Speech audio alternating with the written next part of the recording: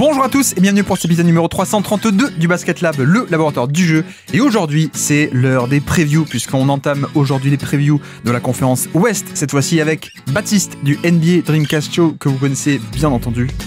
Et puis, comme d'habitude, pour soutenir le podcast, iTunes, Spotify, YouTube, petit like ou petite étoile. Bienvenue dans le Basket Lab.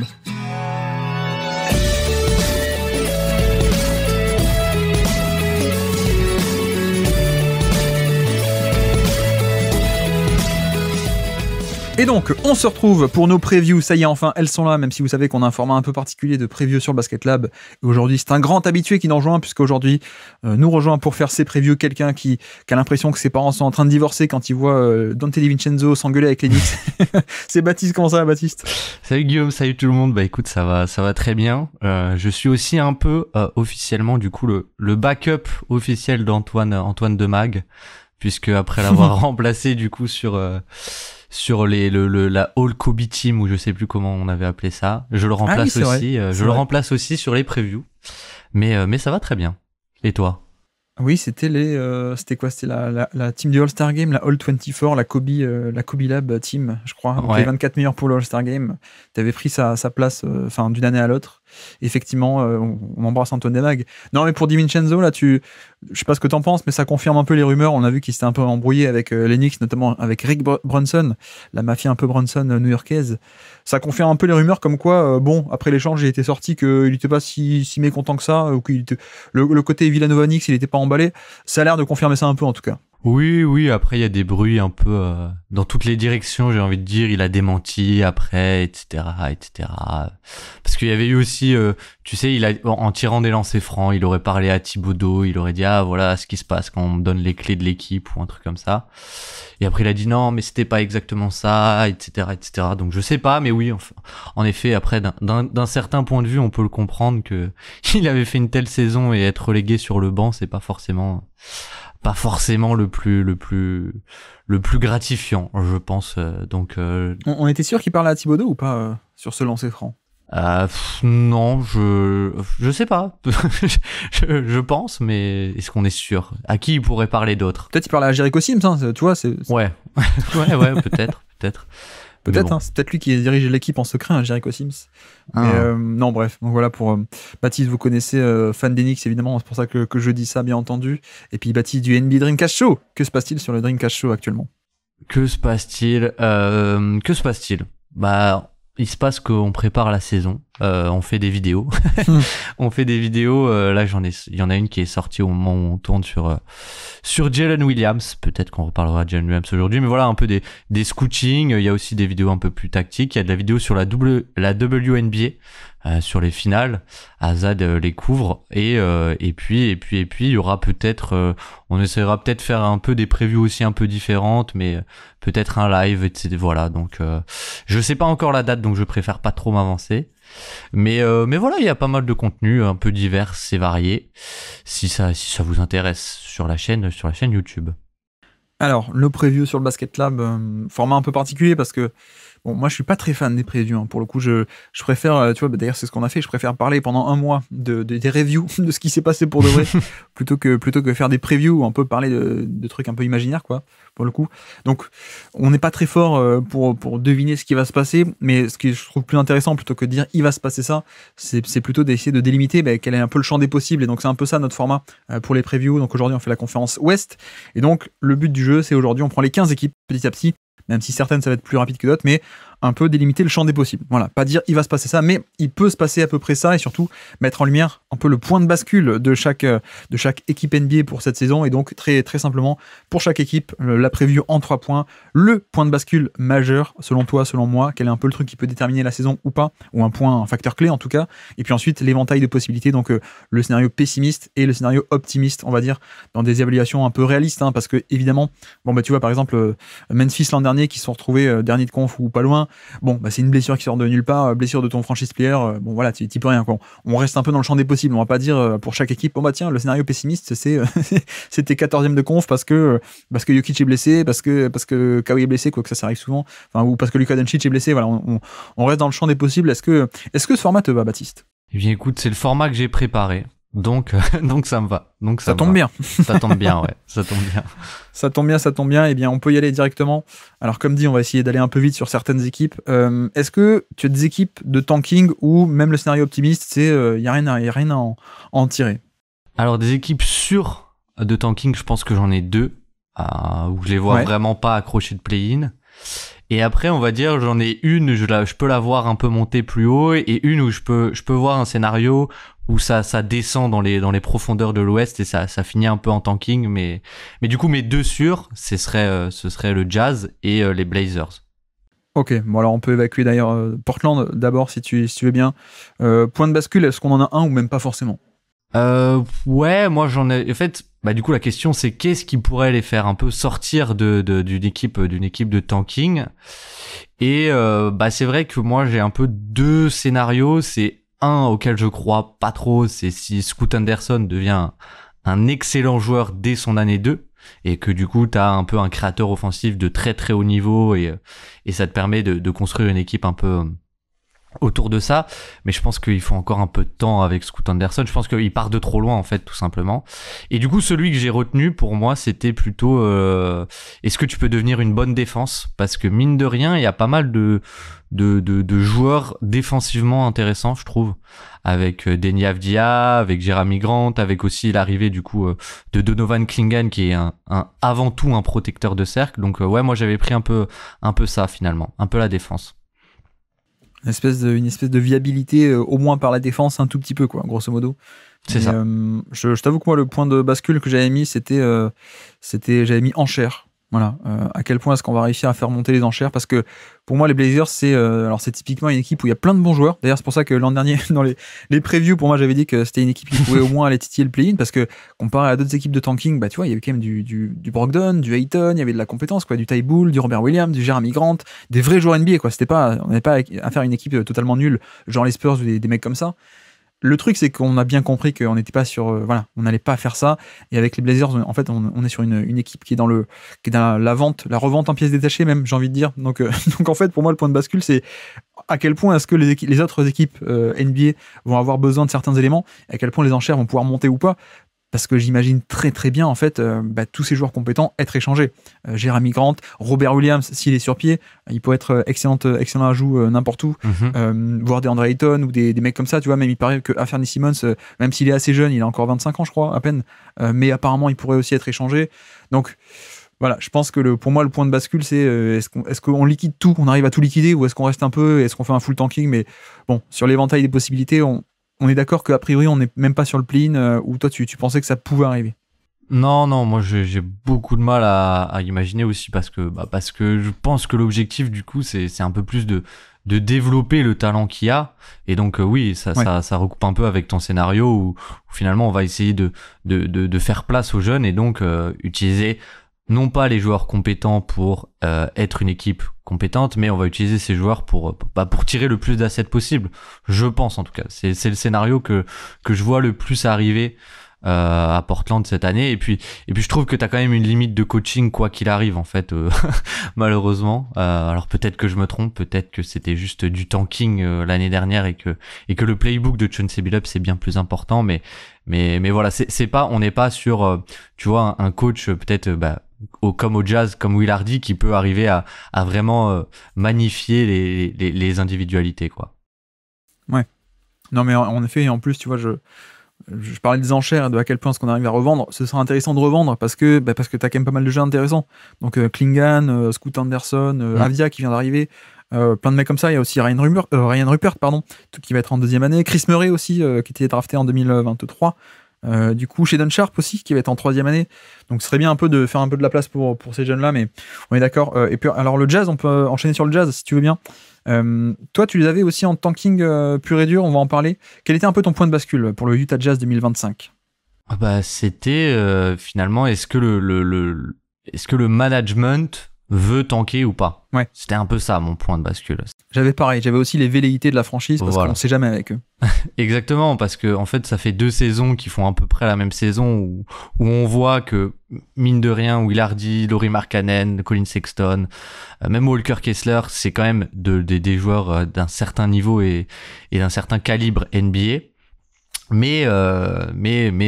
Bah, quand t'arrives à peu près le mois de janvier, février, on se dit qu'on n'est pas assez fort de toute façon pour faire mieux qu'un play-in, donc on tank. Et là, je me dis, est-ce que finalement l'équipe ne veut pas vraiment tanker et faire une vraie saison de tanking cette saison? Est-ce que ce serait pas ça l'objectif?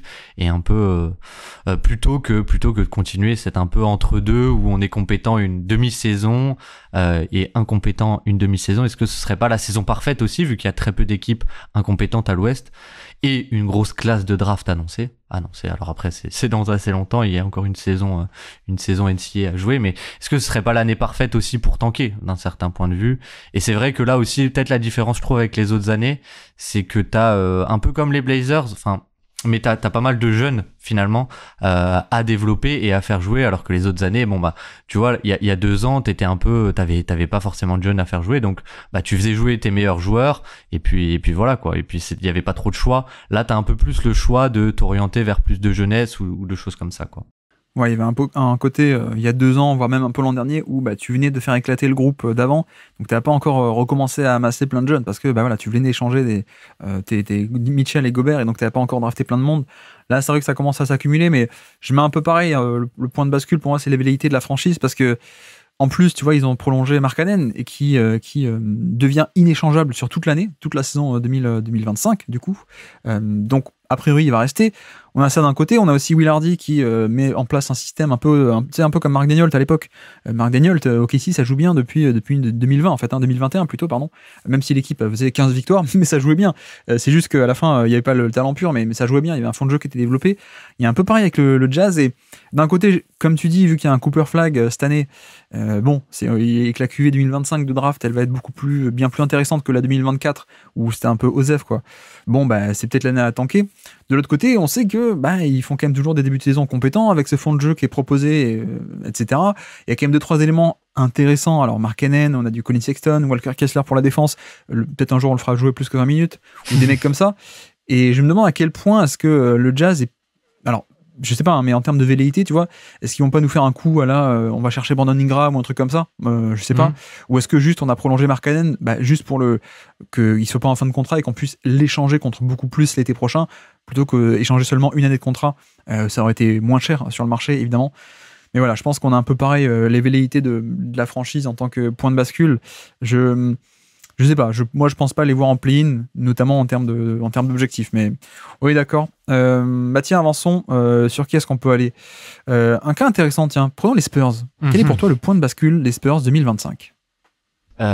Pour moi il est assez simple entre guillemets, mais pour moi c'est assez clairement c'est assez clairement le niveau défensif global de cette équipe, parce que je trouve que mine de rien le talent offensif, même en termes de spacing, est assez limité, et défensivement par contre je trouve qu'il y a un peu de quoi faire. Il y a un peu de quoi faire, on va dire, parce que déjà t'as Wemby mais parce que t'as pas mal de gens à côté, Stephen Castle, le rookie qu'ils ont drafté, Jeremy Sohan, même Harrison Barnes, c'est assez compétent. Et c'est vrai que c'était un peu pour moi la déception l'an passé aux Spurs, c'était qu'au final on n'avait pas de vrai schéma et de vraie identité défensive. Mais malgré tout t'étais quand même, je crois que t'étais 22e défense il me semble. Donc est-ce que en fait le point de bascule pour attraper le play-in, ce serait pas avoir vraiment une équipe défensive avec des vrais schémas assez forts et autour de Wemby pour avoir une défense qui est peut-être aux alentours du top 10 ou en tout cas dans la première partie, dans la première moitié des defensive ratings, et pour moi ça passera bien plus par là que par l'attaque. Mais c'est vrai que tu vois, on en parlera peut-être après, mais je sais pas toi, mais moi j'ai un scénario où je les vois potentiellement accrocher le play-in, et ce serait plus par ce côté défensif clairement. Après c'est comment est-ce que tu vois la question, mais tu vois l'an passé, sur la fin de saison, à partir du 1er février jusqu'à la fin de saison, les Spurs avaient la 11e meilleure défense de NBA. Donc, c'est un peu là-dessus où je me dis, moi, le point de bascule, c'est peut-être l'inverse, c'est peut-être l'attaque, parce que je me dis que on a assisté, ou voilà, en plus, moi, je l'ai décortiqué sur YouTube, toute la première partie de saison de Wemby, petit à petit, on voyait les énormes, et les erreurs, pardon, assez énormes, défensives, le côté irrégularité, etc. En plus, tu sais, une partie de l'année, en janvier, on le fait jouer 20 minutes par match, et il commence un peu à râler, et ainsi de suite. Et en fait, je pense que déjà en l'état, et sans forcément beaucoup d'atouts défensifs très bons autour de lui, on avait quand même une défense qui était 11e de NBA sur la fin de saison dernière. Donc, je pense que ça, c'est peut-être plus ou moins assuré, même si je comprends ce que tu veux dire, mais j'ai envie de me dire, bon, ça, c'est presque acquis, en fait, avec un mec qui commence un peu à devenir un all-defense, hein, clairement, avec Wembanyama, déjà. Donc, presque, j'ai envie de mettre en point de bascule l'inverse, moi, finalement, à quel point est-ce que Chris Paul peut arriver, structurer l'attaque et donner un peu une identité, même si c'est une identité très classique, pick and roll, etc. Mais à quel point est-ce que ça peut être bon ou pas? Pour moi, c'est ce qui peut faire que, en effet, on a des Spurs tanking, ou alors des Spurs qui peuvent être compétents, parce que, en un sens, je m'inquiète pas trop pour la défense. Donc pour moi, le point de bascule, c'est bon, la défense, elle va être là, va être au moins au niveau moyen de NBA, voire même peut-être un peu plus. Et donc ce qui peut faire que l'équipe elle va être 7e ou alors 14e, c'est est-ce que l'attaque marche. Parce que pour le coup, tu vois, la fin de saison, pareil, hein, même période à partir de février, bon, bah, il y a explosion individuelle de Wemby, mais pas collective. On était encore la 23e attaque de NBA. Donc je mettrais bien en point de bascule, moi, à quel point est-ce que l'attaque peut fonctionner ou pas. Et surtout, par conséquent, à quel point est-ce qu'un peu il reste du jus dans le moteur de Chris Paul. C'est un peu par voie de conséquence la question, quoi. Ouais. Ou alors à quel point un peu la création offensive peut passer, à quel point il y a un créateur offensif, quoi. Que ce soit Chris Paul ou pourquoi pas un jeune qui explose. Mais oui, c'est vrai que le profil, on va dire, qui a le plus de probabilité, ce serait Chris Paul. Mais oui. Je sais, tu penses que c'est possible qu'il y ait encore assez de jus dans le moteur de Chris Paul pour que ça mène une bonne attaque, peut-être pas une attaque d'élite, mais comme il a l'habitude, mais une bonne attaque avec Chris Paul? Je sais pas, mais après, je pense qu'on est plus sur l'époque Chris Paul, ou même il y a encore jusqu'à 2-3 ans, hein, où il dictait un peu l'identité de l'équipe de par le côté meneur gestionnaire scientifique de la gestion de jeu et le play calling incroyable. Je pense qu'on est plus là-dedans, mais en même temps, il y a aussi Wembanyama à côté, quoi. Donc je me dis, tu sais, c'est un peu comme, si on fait une analogie, un peu LeBron James qui, dans les années 2010, il perd de plus en plus en explosivité, mais en même temps, le jeu a de plus en plus de spacing. Donc finalement, tu regardes l'impact, finalement, il a réussi à rester élite, alors qu'il perdait en jus, en explosivité, parce qu'il y avait plus d'espace. Donc de l'autre côté, un peu pareil avec Chris Paul, bon, ok, il est plus vieux, mais aujourd'hui, il a peut-être la meilleure cible de alley-oop de l'histoire de la NBA, en fait. Donc, je sais pas à quel point ça suffit à compenser le fait que lui ait moins de jus, mais en tout cas, je me dis, peut-être déjà, ça peut être un départ avec ça, ce pick and roll, et enfin avoir un vrai partenaire de pick and roll qui sait placer la balle. Ça se perd pas, hein. Ce qu'il a perdu, c'est un peu le scoring, donc ça, ok, mais le passing, il va rester là, et il est encore là. Donc on a ça, plus peut-être remettre en bonne position un Wembanyama dans un meilleur spacing aussi. Tu vois, on a fait venir Harrison Barnes, ça peut faire aussi un poste 4 spacing assez intéressant, qui d'ailleurs en défense peut avoir beaucoup d'utilité, Barnes, parce que je pense que Barnes peut aussi permettre qu'on puisse déployer Wembanyama en off-ball, en safety, parce que Barnes peut être assez costaud pour prendre un peu certains bigs en match-up direct, et ensuite t'as Wemby en roamer derrière, en libéraux. Donc ouais, non, je pense pas qu'on ait affaire à une top 5 attaque NBA comme au Suns il y a 2-3 ans, quoi. Mais je pense que ça peut être intéressant. En plus, avec le continu, à quel point aussi, on parle de Chris Paul, mais à quel point est-ce que Vassell peut pas continuer à exploser aussi dans son rôle, etc. On a quand même pas mal de jeunes joueurs intéressants. Donc voilà, et donc on est d'accord que l'échelle scénario pessimiste dans l'éventail des possibilités, scénario pessimiste, on est tanking, ou en tout cas pas en playoff. On est d'accord que l'éventail positif peut aller jusqu'en play-in. Oui, je pense. Je pense que, comme dit, si y a un peu cette confirmation de la défense et que tu arrives à avoir une attaque qui est un peu meilleure que l'an dernier avec une très bonne défense, tu peux avoir un peu, on va dire en termes de rating, un rating équivalent à ce qui s'est passé aux Rockets cette saison, finalement. C'est-à-dire je crois qu'ils avaient la 8e défense, mais la 20e attaque, et ils sont pas si loin du play-in, et sur une autre saison, avec la même production, t'es en play-in. Donc ouais, moi je pense que, moi j'y crois aussi, et enfin j'y crois, je peux l'envisager, on va dire.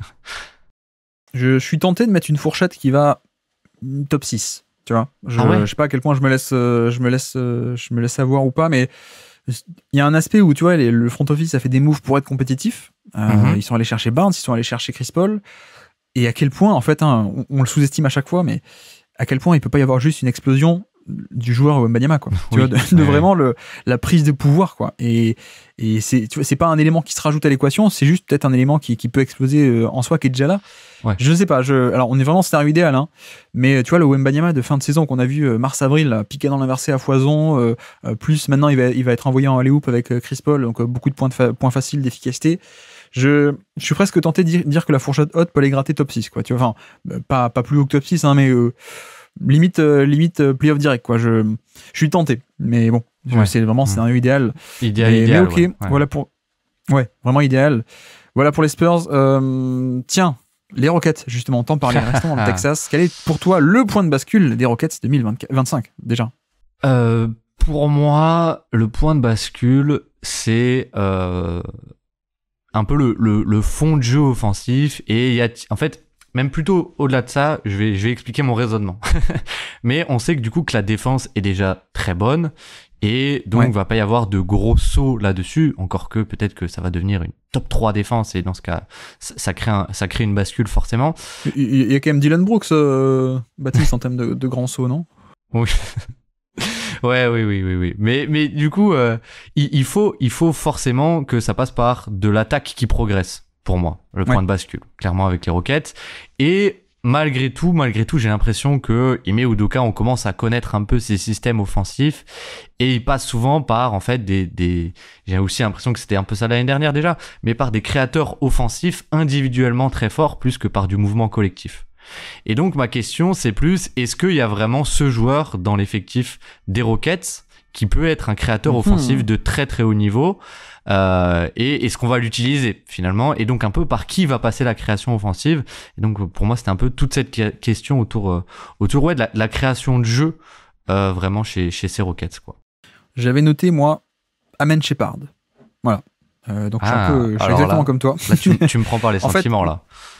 Mon raisonnement, c'est un peu je pense pas que sous Udoka directement maintenant, on ait une explosion de Alperen Sengun en tant que pièce maîtresse, plaque tournante. J'aimerais, hein, j'aime beaucoup, mais j'ai pas l'impression que ça va être complètement ça. Je le regrette un peu d'ailleurs, mais donc je suis pas sûr que ça soit réaliste. Je pense pas non plus que Jalen Green va exploser complètement d'un coup. Donc je suis pas forcément ça pour moi le point de bascule, parce que je suis pas sûr que ça puisse basculer du bon côté ou pas. A priori, enfin après on pourrait effectivement l'inclure là-dedans, dans cette création dont tu as parlé. Mais je me demande à quel point, tu vois, Amen Thompson, on a déjà beaucoup parlé ensemble de Amen Thompson, on l'adore tous les deux, de cet aspect de le mec complètement fou, complètement dingue, qui peut tout faire sur un terrain, et notamment de la création offensive de haut niveau, de par son passing, explosivité d'élite, etc. Donc à quel point la création peut pas venir de lui, de Amen Thompson, et ce côté passing de très très haut niveau, explosivité. Et aussi, la question, c'est Rich Shepard. Donc voilà, t'as compris, j'ai fait un peu Amen Shepard, c'est un peu les deux. Hein. Donc Amen Thompson et Rich Shepard, à quel point Rich Shepard peut pas débarquer et de suite apporter ce dynamisme et ce côté shoot, drive, passing, et vraiment juste création offensive pure, quoi. Parce que si ça clique, comme tu dis, vu qu'on a déjà une bonne défense d'élite, ça peut faire que l'attaque devient non pas moyenne, mais viable, même plus que viable. Ça peut être le point de bascule qui fait que, on a enfin une équipe qui est pas juste moyenne, mais qui peut aller titiller un peu plus, quoi. Mais en fait, moi, je m'étais noté plein de points de bascule potentiels, et c'est vrai que du coup, je l'ai pas pris, mais c'était un peu clairement aussi Amen Thompson, et un peu la cohabitation avec Sengun dont on a beaucoup parlé, mais je trouve ce qui est assez dingue en fait avec Amen Thompson, et j'en parlais, peut-être que va y avoir un saut défensivement, mais en fait peut-être que ça passe aussi par Amen Thompson dans le 5, parce que je trouve que les petites séquences déjà avec Amen en 5, mais même sur la pré-saison, en fait quand Dillon Brooks n'était pas là, il a une grosse plus-value à cette équipe, c'est la création de transition. La création de transition, parce que c'est un playmaker d'élite, et parce que il est capable d'être, d'aller plus vite que tout le monde, quoi. Il a un démarrage qui est assez hallucinant, et les Rockets c'était que 17e en fréquence de transition l'an dernier, et c'est vrai que ça peut être lui, et quelque part, s'il arrive à être tellement valuable qu'il est sur le terrain, je pense qu'il y a un scénario, franchement, où le joueur le plus valuable quand on fait nos bilans de la saison des Rockets, c'est Amen Thompson. J'ai vraiment pas tant de mal que ça à l'imaginer. Et oui, pour moi, ça peut être une clé. Ça peut être une clé si finalement il prend un peu les clés du projet de par tout ce qu'il t'apporte défensivement et offensivement finalement. Après, je l'ai un peu effacé d'un revers de main, mais bon, on peut aussi parler de point de bascule Sengun. Est-ce que Enfin, littéralement, oui. Si ça peut aussi passer par lui, donc ça peut être le truc qui fait que, en effet, s'il est un peu au centre du projet et que ça marche, on a peut-être une plaque tournante offensive hyper intéressante, mais de facto, c'est pas comme ça qu'il a été utilisé pour l'instant. Donc Ouais, peut-être on peut le mettre. On peut pas se fier là-dessus complètement pour l'instant. Mais bon, on a compris que ça tournait un peu autour de la création offensive parce que c'est vrai qu'on l'a déjà dit, mais la défense, elle est déjà de haut niveau. Et y compris avec Sengun, donc à quel point est-ce qu'on peut pas arriver à trouver, comment dire, insérer plus de dynamisme offensif, mais avec des joueurs viables en défense. Je pense que Rich Shepard, il peut l'être un peu de par sa taille, au moins un minimum, et son pourcentage d'interception d'élite dont tu nous parles, tu nous avais déjà parlé. C'est vraiment un mec incroyable off-ball sur la lecture de jeu, ligne de passe, etc. Et Amen Thompson, c'est pareil. Si Amen Thompson, il a un temps de jeu de titulaire à 30-35 minutes de jeu par match, j'exagère, hein, mais s'il devient un joueur majeur, il va t'apporter du dynamisme en attaque sans pour autant te coûter des points en défense, même c'est le contraire. Donc c'est quand même, ce serait une opération intéressante. Donc ok, non, je m'étais noté un autre qui était un peu le spacing aussi. Oui, parce qu'on parle de création pure, mais à quel point est-ce que le spacing, on va arriver à trouver assez d'espace et de bons shooters pour que ça marche. Ça peut être pour moi un point clé aussi et qui a beaucoup manqué l'an dernier. Et même le shoot de Sengun finalement. Le shoot de Sengun, c'est un truc très précis. Mais je trouve que vu son utilisation, vu qu'il est beaucoup utilisé, on l'a dit, enfin beaucoup dit, mais en poseur d'écran et rollman assez uniquement ça et un peu de post-up parfois, c'est sûr que s'il a un shoot et qu'il peut faire du pick and roll ou du pick and pop, ça change pas mal de choses et un peu dans ce côté cohabitation avec d'autres joueurs aussi, ça peut pour un Jalen Green, pour un Amen Thompson, ça peut changer pas mal de choses, ouais. Et donc fourchette haute, fourchette basse, Baptiste? Fourchette basse, je peux imaginer un scénario où ils sont pas dans les derniers de la conférence, mais où finalement ça clique pas tant que ça et tu rates le play-in. Et fourchette haute, franchement, moi je peux imaginer un scénario, on va dire au play-in, voire peut-être top 6, il y a des équipes qui se blessent un peu, mais ouais, peut-être haut, on va dire, moi je vois entre 7 et 10, quoi, entre play-in haut ou play-in bas, quoi. Je pense que le point bas, ce serait... J'ai envie de dire play-in, mais en même temps, il y a quand même une très très belle homogénéité cette année dans la conférence. Donc, tu vois, l'an dernier, ils sont 11e, donc il manque le play-in. Cette année, qui c'est qu'on avait derrière eux? On a Memphis, qui, à mon avis, vont être bien meilleurs que l'an dernier, évidemment. Ils vont pas tanker cette année, ils vont, j'espère, le retour des blessés. Et les Spurs aussi qui étaient derrière. Et les Spurs, on a dit, ils pourraient être compétents aussi. Et quand tu regardes qui c'est qu'il y avait au-dessus, il n'y a pas non plus de mecs évidents ou d'équipes évidentes qui peuvent chuter, quoi. Alors peut-être les Kings, on va en reparler, ou des mecs comme ça, mais... Donc j'ai envie de dire play-in en fourchette basse, mais effectivement, peut-être que c'est pas assez bas. Mais j'ai quand même envie de dire play-in, au moins. Et fourchette haute, j'ai quand même du mal à les voir exploser au point de passer un tour de playoff, tu vois. Ça me paraît un peu tôt pour l'instant, sauf si on a prise de pouvoir, starification de Sengun, Jalen Green qui confirme un peu plus que ce qu'on connaît en termes d'efficacité, etc. Ça marche directement le fit avec Rich Shepard et Amen Thompson, mais j'irai quand même pas jusqu'à passer le premier tour. Mais fourchette haute, on va dire premier tour des playoffs, pour moi.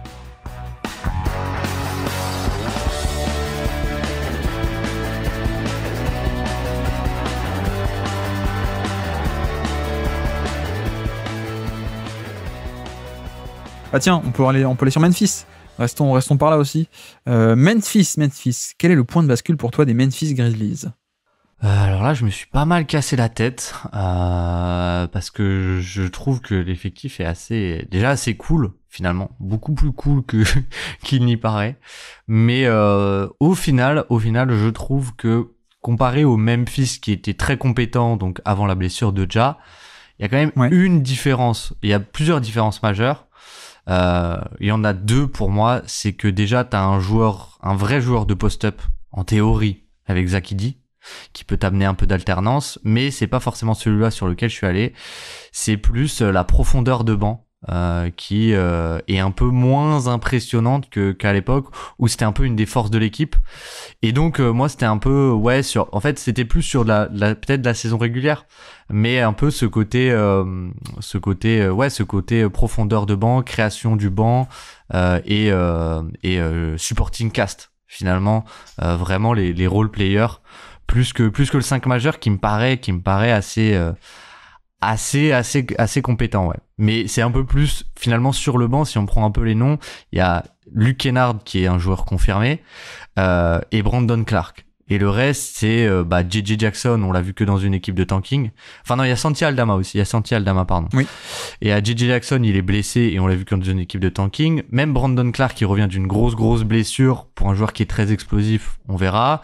Et c'est à peu près tout. C'est Après Vince Williams, on l'a pas beaucoup vu non plus. Donc ouais, c'était un peu ça pour est-ce qu'ils vont réussir à avoir cette création pendant ce niveau ce niveau collectif pendant 48 minutes, là où je me fais pas trop de soucis pour le 5 majeur, on va dire. Bah, c'est vrai que c'était un peu, on a parlé avec Tom déjà 2-3 fois ces dernières années. Il y a un peu un effet transformation de l'effectif où tu prends l'effectif qui fait les playoffs 2022, où ils sont géniaux, etc. Même pas 23, mais 22 à l'époque. Sur le banc, tu avais des mecs, comme tu dis, des vétérans, quoi, des Kyle Anderson, des Anthony Melton, etc. Et tout ça avait été un peu on les avait laissés filer pour faire place aux jeunes. Et c'est vrai que le projet jeune a pas autant abouti et n'a pas donné autant que ces vétérans de très haut niveau qui étaient partis, quoi, au final. Et bon, je suis peut-être un peu moins inquiet que toi de ce point de vue parce que ça reste des jeunes, mais il y a quand même une belle profondeur et pas mal de profils différents, tu vois. Moi, j'aime bien Vince Williams aussi, un protecteur de panier un peu secondaire qui, bon, c'est pas top en attaque, mais voilà, Vince Williams, Jackson.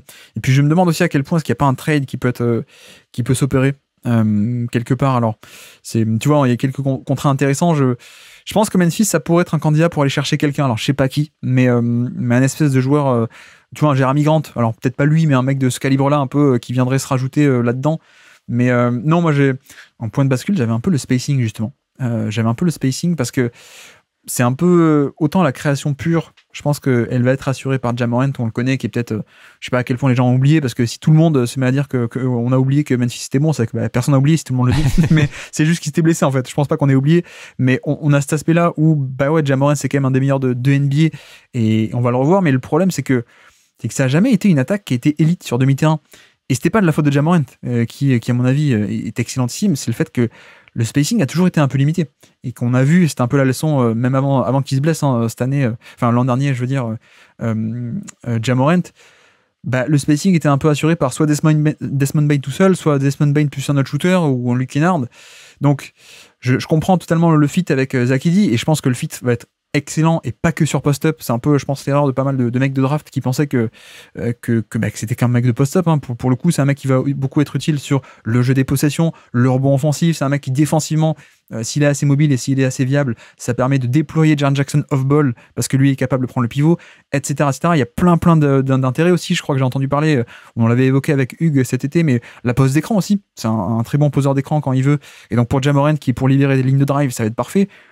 Donc je mettrais plutôt le spacing en point de bascule parce que là encore, hein, tu vois, on prend l'effectif. Bon, Ja Morant, il aura la balle.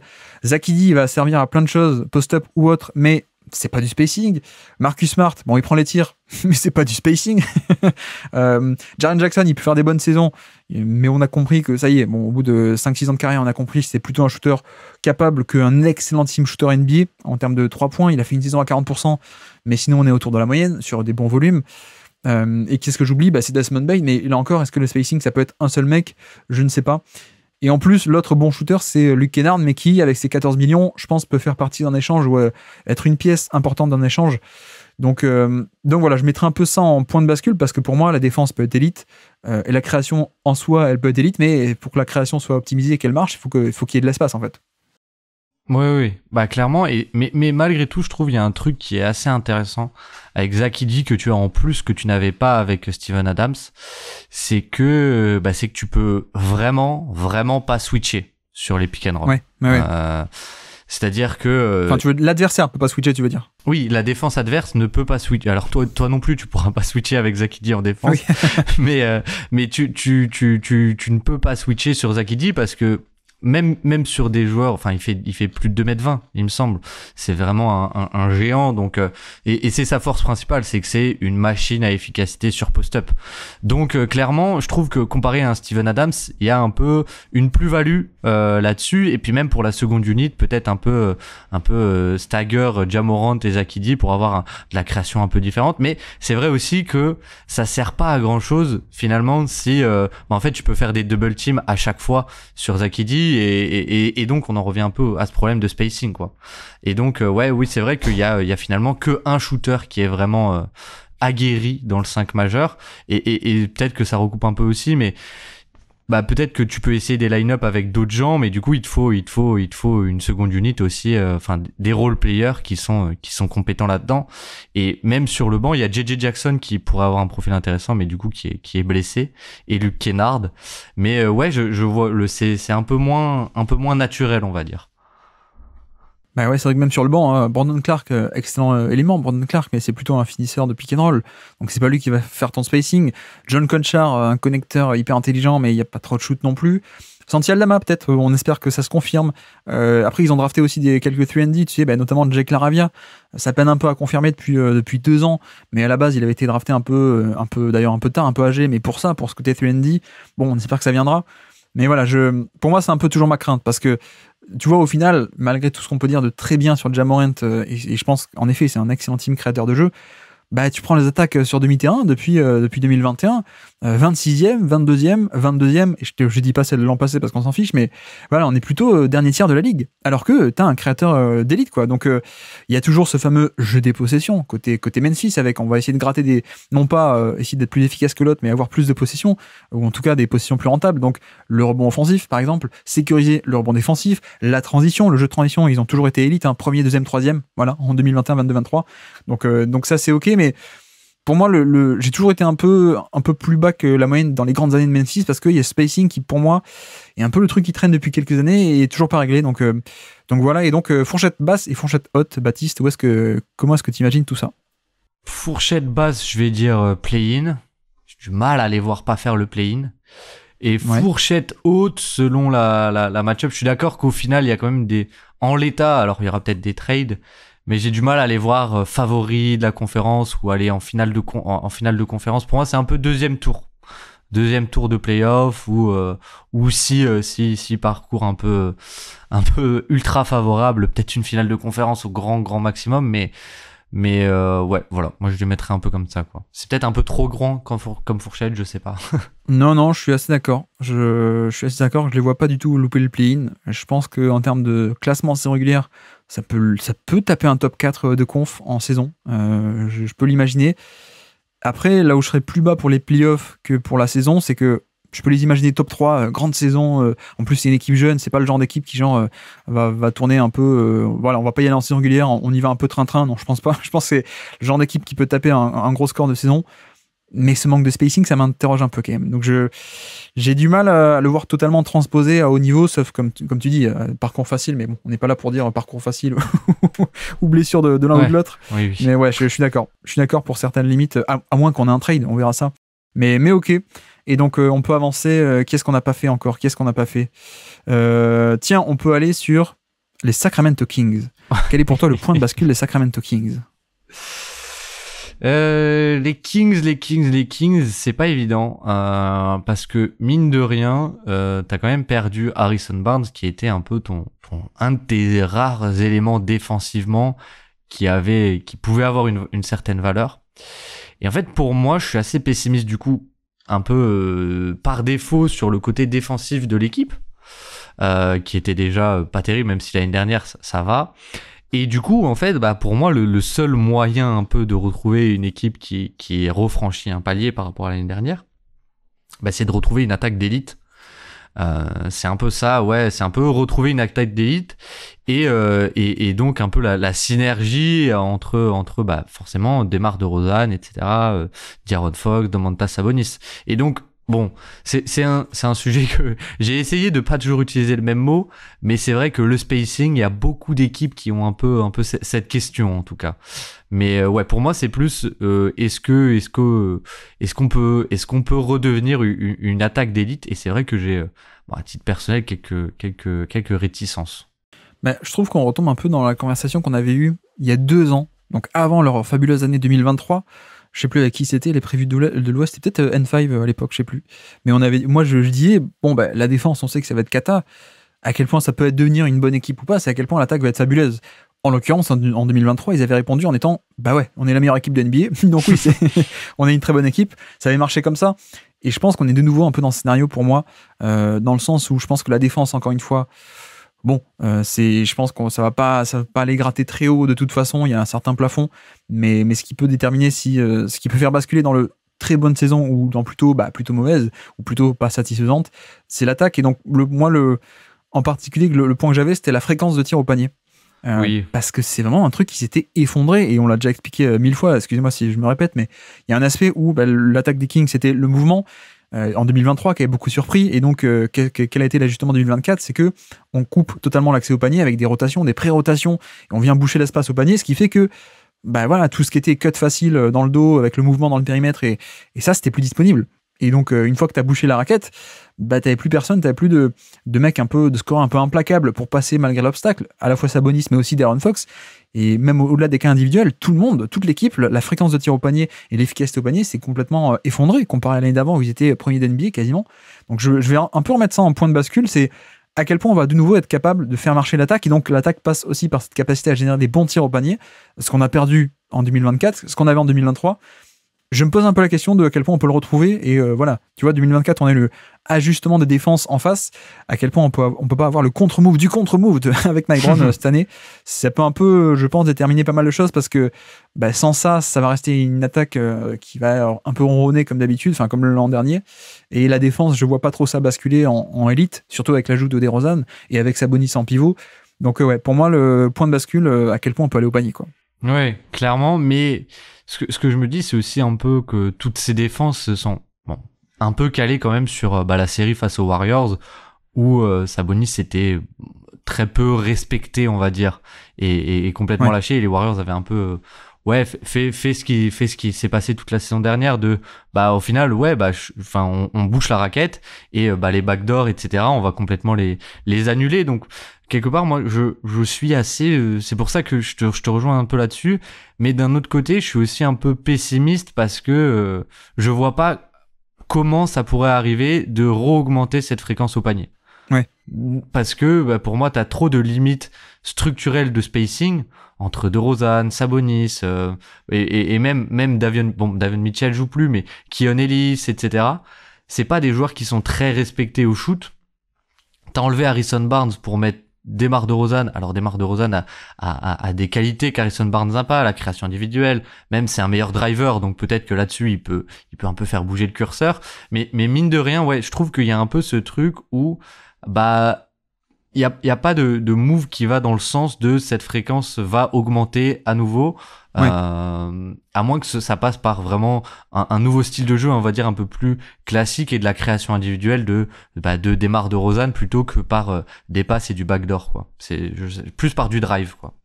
Fourchette haute, fourchette basse, du coup, comment est-ce que tu vois un peu la saison? Franchement, moi je peux les voir rater le play-in. Et au grand maximum, je les vois faire un tour de play-off, mais je les vois pas... en saison régulière, voilà, ils peuvent peut-être être top 6, mais je les vois pas avoir l'avantage du terrain, et j'ai du mal à les voir passer un tour de play-off, quoi, en gros. J'avoue que je suis un peu pareil. Je peux pousser le curseur jusqu'à dire, bon, ils vont faire une série de play-off s'ils gagnent le play-in, mais je peux aussi totalement les voir juste être 9e, 10e ou même 8e, et faire le play-in, mais perdre aussi en un match ou deux, et pas faire le play-off du tout. Mais bon, c'est un peu pareil, play-in, play-off. Mais je mettrai en fourchette haute, effectivement, le éventail haut, premier tour. Je trouve qu'il y a quand même beaucoup de limites pour le coup avec cet effectif, en l'état en tout cas, et en plus ils ont DeRozan, donc ils ont ajouté le joueur play-in en fait avec DeRozan. et aussi, enfin, leur défense l'année dernière, il y avait quand même elle était passée 18e. À quel point ça peut pas s'écrouler et repasser 24, 25, 26e. Parce que mine de rien, je trouve que l'échange DeRozan pour Barnes, enfin Barnes pour DeRozan, défensivement, t'y perds énormément, d'autant plus dans les schémas où t'es obligé de faire toujours monter Sabonis. Mais bon, on va pas détailler pourquoi, etc. Mais voilà, moi je pense que c'est aussi possible, on va dire, un point de bascule négatif finalement. Les Golden State Warriors, quel est ton point de bascule pour les Warriors 2025? Ah, celui-là je l'aime bien. Pour moi, c'est le niveau de tes jeunes joueurs. un peu. Le vrai niveau et la progression en interne de tes jeunes joueurs, à savoir Jonathan Kuminga, Brandon Podziemski, Trayce Jackson-Davis et Moses Moody, en gros, à peu près. Parce que je trouve le recrutement assez intéressant, qui gomme énormément de lacunes. C'est-à-dire déjà Buddy un peu vient combler Klay Thompson par le shoot, etc. Et le mouvement, la création par le mouvement avec des lacunes défensives, mais surtout D'Anthony Melton et Kyle Anderson viennent magnifiquement combler ce problème de transition, et ça va créer beaucoup de transitions. Donc je pense que finalement on peut progresser déjà un peu là-dessus de par le recrutement. Et pour moi, ce qui peut faire passer Golden State d'une bonne équipe à une très bonne équipe, c'est si en fait Jonathan Kuminga est un joueur qui arrive à avoir de la création offensive suffisante, si Brandon Podziemski peut vraiment être un porteur de balle de bon niveau à mettre à côté de Stephen Curry, et un peu tout ça, quoi, un peu le niveau des jeunes finalement. Je suis d'accord. J'avais aussi Kuminga en point de bascule, et en fait Kuminga création offensive, parce que je pense que le joueur qu'on a en l'état est déjà un joueur très intéressant en termes de polyvalence défensive, en termes de même un peu le joueur de complément. On voit qu'il peut être utilisé en tant que cutter hyper agressif, en tant que finisseur au panier, en tant que porteur de pick and roll classique, pick and roll inversé avec lui qui a la baguette. Et en fait, pour moi, le gros manque, et c'est là où c'est dommage d'avoir loupé Paul George cet été, ou Lauri Markkanen, ou des mecs comme ça, c'est que il y a plein de joueurs sympas, mais c'est qui apporte la création offensive à haut volume et en belle quantité et en belle qualité, à part Stephen Curry, tu vois. Bon, un peu comme ça, on peut dire, si vous voulez, la deuxième option d'équipe, un peu, j'aime pas trop ce terme du tout, mais en dehors de Stephen Curry, qui apporte de la création? Je t'avoue que c'est un peu le gros manque pour moi, parce que tu regardes l'effectif. Bon, ok, ils ont ramené Buddy Hield, mais bon, c'est un shooter sympathique, mais bon, pas plus que ça, quoi. Kyle Anderson, c'est plutôt un type connecteur qui peut un peu porter la balle, mais c'est pas la création pure, quoi. C'est le mec qui peut un peu gérer la boutique, créer un peu partout, mais pas du tout à haut volume. Bon, Draymond Green, c'est un peu la création qu'il y a à Stephen Curry, mine de rien, mais c'est pas non plus grosse création.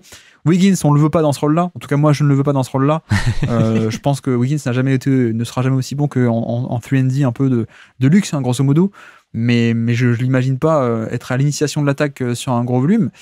J'adore Moses Moody, toi aussi, je sais que toi aussi, mais on est plutôt sur... Ou déjà, on se satisferait déjà s'il joue, ce serait pas mal, quoi, en tant que 3&D très compétent. Podziemski, j'ai pas mal de craintes, moi, par rapport à sa création offensive. On a parlé avec Alan Guillou, qui l'a coaché en NCAA, si ça vous intéresse d'aller écouter le podcast.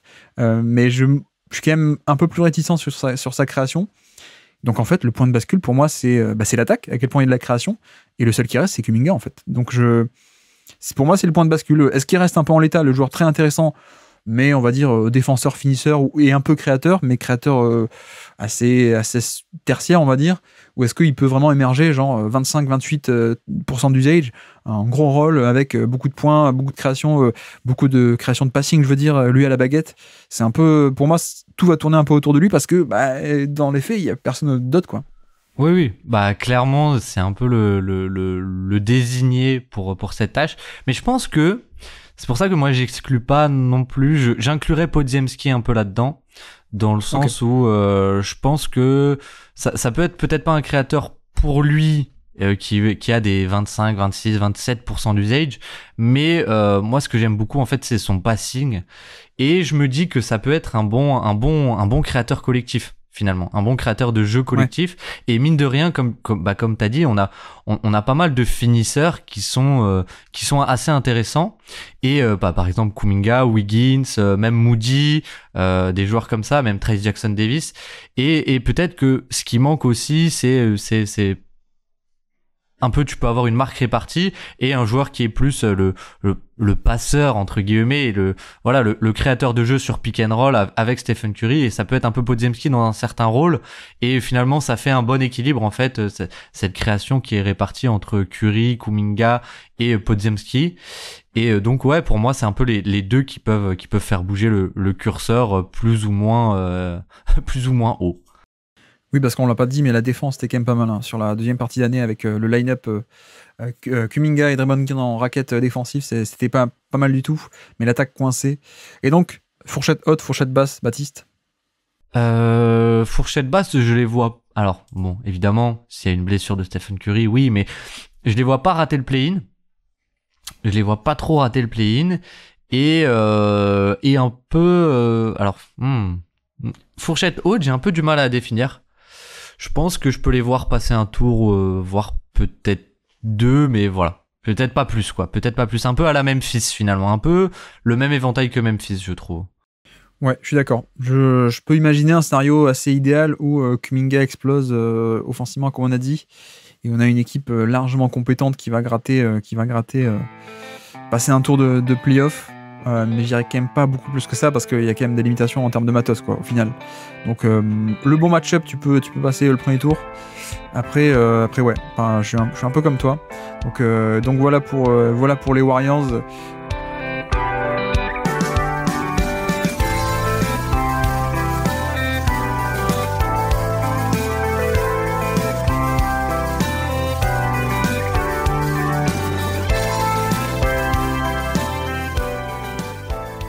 Et si on partait sur les Los Angeles Lakers?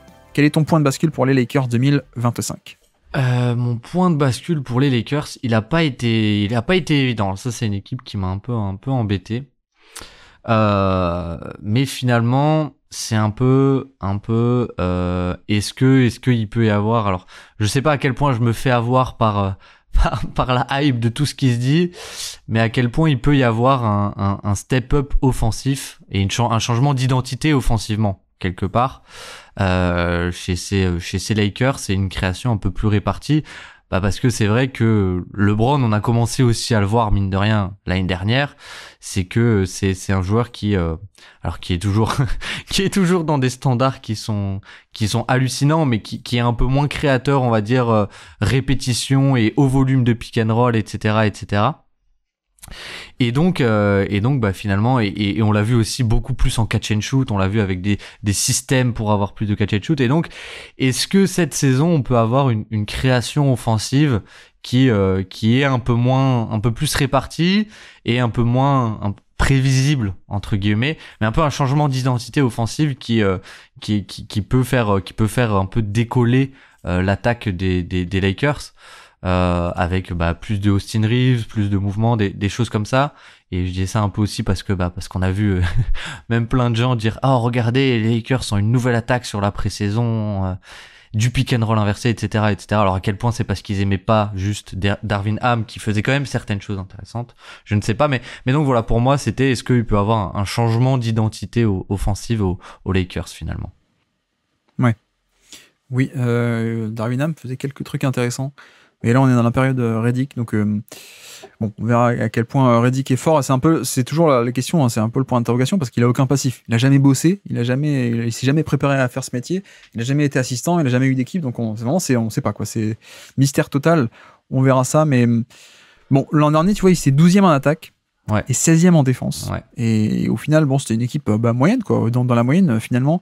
Net rating 17e, donc voilà, c'est ni très bon en attaque, ni très bon en défense. J'avais 2 points de bascule, moi, j'en avais un qui était un peu Austin Reeves. À quel point est-ce que Austin Reeves peut pas exploser beaucoup plus, un volume beaucoup plus grand, parce que ce qu'il fait déjà sur un petit volume, c'est quand même hyper appréciable, je trouve. Donc à quel point est-ce qu'on peut pas avoir une explosion individuelle de Austin Reeves? Mais sinon, l'autre point de bascule pour moi, c'est j'avais marqué les trades en fait. Déjà parce que c'est les Lakers, mais parce que je pense que en fait l'effectif en l'état, peut-être que je me trompe, hein, et peut-être qu'on peut toujours faire un peu mieux avec méga système tactique, etc. Mais bon, moi je pense que c'est déjà pas mal avec Darvin Ham, et je pense qu'il y a aussi certaines limites en fait d'effectifs, de talent pur, avec un LeBron James qui, si c'était Prime LeBron avec autant de jus qu'avant, ce serait peut-être une histoire différente, mais bon, je trouve qu'on a plutôt beaucoup d'éléments intéressants, mais pas beaucoup d'éléments d'élite finalement dans cette équipe. Mais tu vois, je pense que ce qui est intéressant, c'est qu'on a D'Angelo Russell, 18 millions de salaire, Hachimura, 17, Austin Reeves, bon, moi je suis pas pour l'échanger, mais il a 13 millions de contrats. On a Gabe Vincent aussi qui a 11, Jared Vanderbilt qui a 10. Max Christie, on va le garder, il est pas mal, mais après il y a plein de jeunes, tu vois, qu'on pourrait inclure dans des échanges. Des jeunes intéressants, alors pourquoi pas Uds Kifino, que je crois qu'en 2e année, Dalton Knecht qui viennent de drafter, qui a pas joué, ouais, exactement. Bref, je me dis, est-ce qu'il y aurait pas les moyens avec tous ces salaires de taille moyenne, donc c'est parfait pour combiner, pour aller intéresser un tel ou un tel. Est-ce qu'un point de bascule, ça pourrait pas être enfin, ou pas enfin, mais plutôt de nouveau un trade de mi-saison qui peut tout sauver, parce que je pense que si on reste un peu dans l'effectif en l'état, on a une équipe qui est pas mal, hein. Une équipe qui est pas mal, mais qui est plutôt bonne plutôt que très bonne en attaque et qui défensivement a aussi quelques problèmes. Tu vois, j'ai du mal à voir cette équipe réémerger en tant que défense d'élite comme ça a pu être le cas sur certains passages sous Darvin Ham en fait, ou même un peu avant. Évidemment, la période 2020-2021 avec Frank Vogel, c'était une défense d'élite qui était top 5, d'ailleurs top 4 et top 2 ces 2 années-là.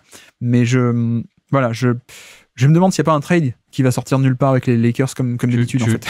Tu veux Zach LaVine quoi. Ouais, est-ce que Zach LaVine règle vraiment tous les problèmes? Je sais pas, mais c'est soit un trade, donc, soit pour remodeler l'effectif, soit explosion individuelle de Austin Reeves. Je pense que c'est un peu les 2 pistes que j'aurais en fait. Ouais, ok. Et ouais. Et le niveau défensif, du coup, t'y crois pas, parce que mine de rien, en fait, t'as quand même Gabe Vincent et Jared Vanderbilt et même Max Christie qui ont pas beaucoup joué l'année dernière et qui sont des pièces défensivement assez intéressantes. Donc tu peux avoir un peu des recrues qui étaient déjà dans ton effectif qui peuvent un peu venir augmenter ton niveau. Oui, mais c'est vrai. D'ailleurs, on l'a vu certains passages l'an passé. Je crois que c'était le match contre les Warriors. On a vu que Vanderbilt a tout changé à lui seul quasiment. Gabe Vincent, comme tu dis, il peut revenir et oui, ça. Après, à quel point est-ce que tu compromets pas l'attaque avec certains profils défensifs aussi, c'est toujours l'équilibre, mais ok. Et donc, niveau fourchette, quelle est la fourchette, l'éventail pour les Lakers 2025? J'ai envie de dire... Est-ce que les Lakers peuvent rater le play-in? Dans l'absolu, j'ai envie de dire peut-être, mais j'ai un peu du mal à y croire. Mais je dirais pas 0% comme les Warriors ou les Grizzlies. Du coup, bon, je vais dire non. Ils peuvent pas rater le play-in. Donc éventail bas, le play-in. Et éventail haut, ouais, grand max, tu passes un tour. Mais tu vois, là où, par exemple, un peu en dessous des Warriors et des Grizzlies, que je peux voir passer 2 tours dans l'absolu, mais les Lakers, j'ai un peu du mal à y croire, quoi.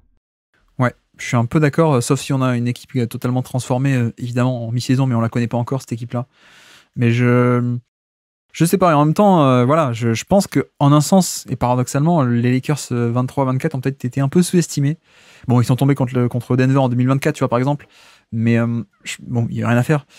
Mais je trouve que l'équipe était pas mal du tout. Donc, en fait, ce qui m'intéresse, c'est qu'en playoff, t'as quand même des éléments assez intéressants, notamment un big, un intérieur défensif qui peut switcher partout et qui a une certaine polyvalence. C'est génial pour les playoffs. Et de l'autre côté, t'as aussi LeBron qui peut cibler un tel ou tel match-up et l'attaquer. Donc, c'est quand même parfait.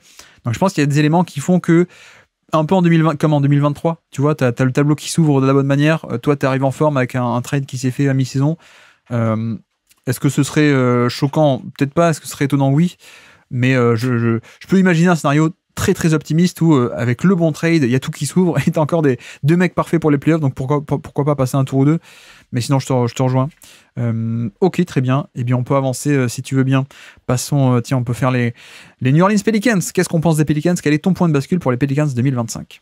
Bah, pour moi, j'en ai deux, mais qui sont un peu liés en fait. J'en ai 2 qui sont un peu liés et c'est un peu l'histoire de un peu le fameux spacing, mais ouais. Finalement, je vais plutôt aller sur le niveau défensif de l'équipe sans intérieur.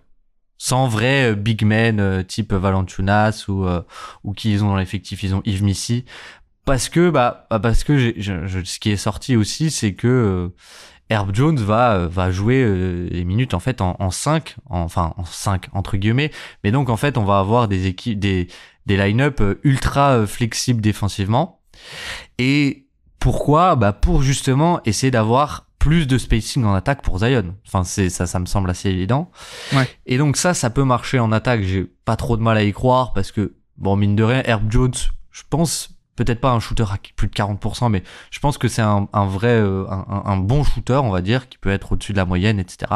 Trey Murphy, Brandon Graham, CJ McCollum, même des gens de Temeray, je pense que sur du catch and shoot ou des choses comme ça peut aller. Donc, l'attaque, j'y crois sur ces line-up, mais du coup, ma question, c'est, est-ce que ça peut tenir défensivement? Et même, si on va un peu dans le micro, est-ce que ça peut tenir sur des choses, sur des petits aspects, mais comme le rebond ou comme des choses comme ça finalement.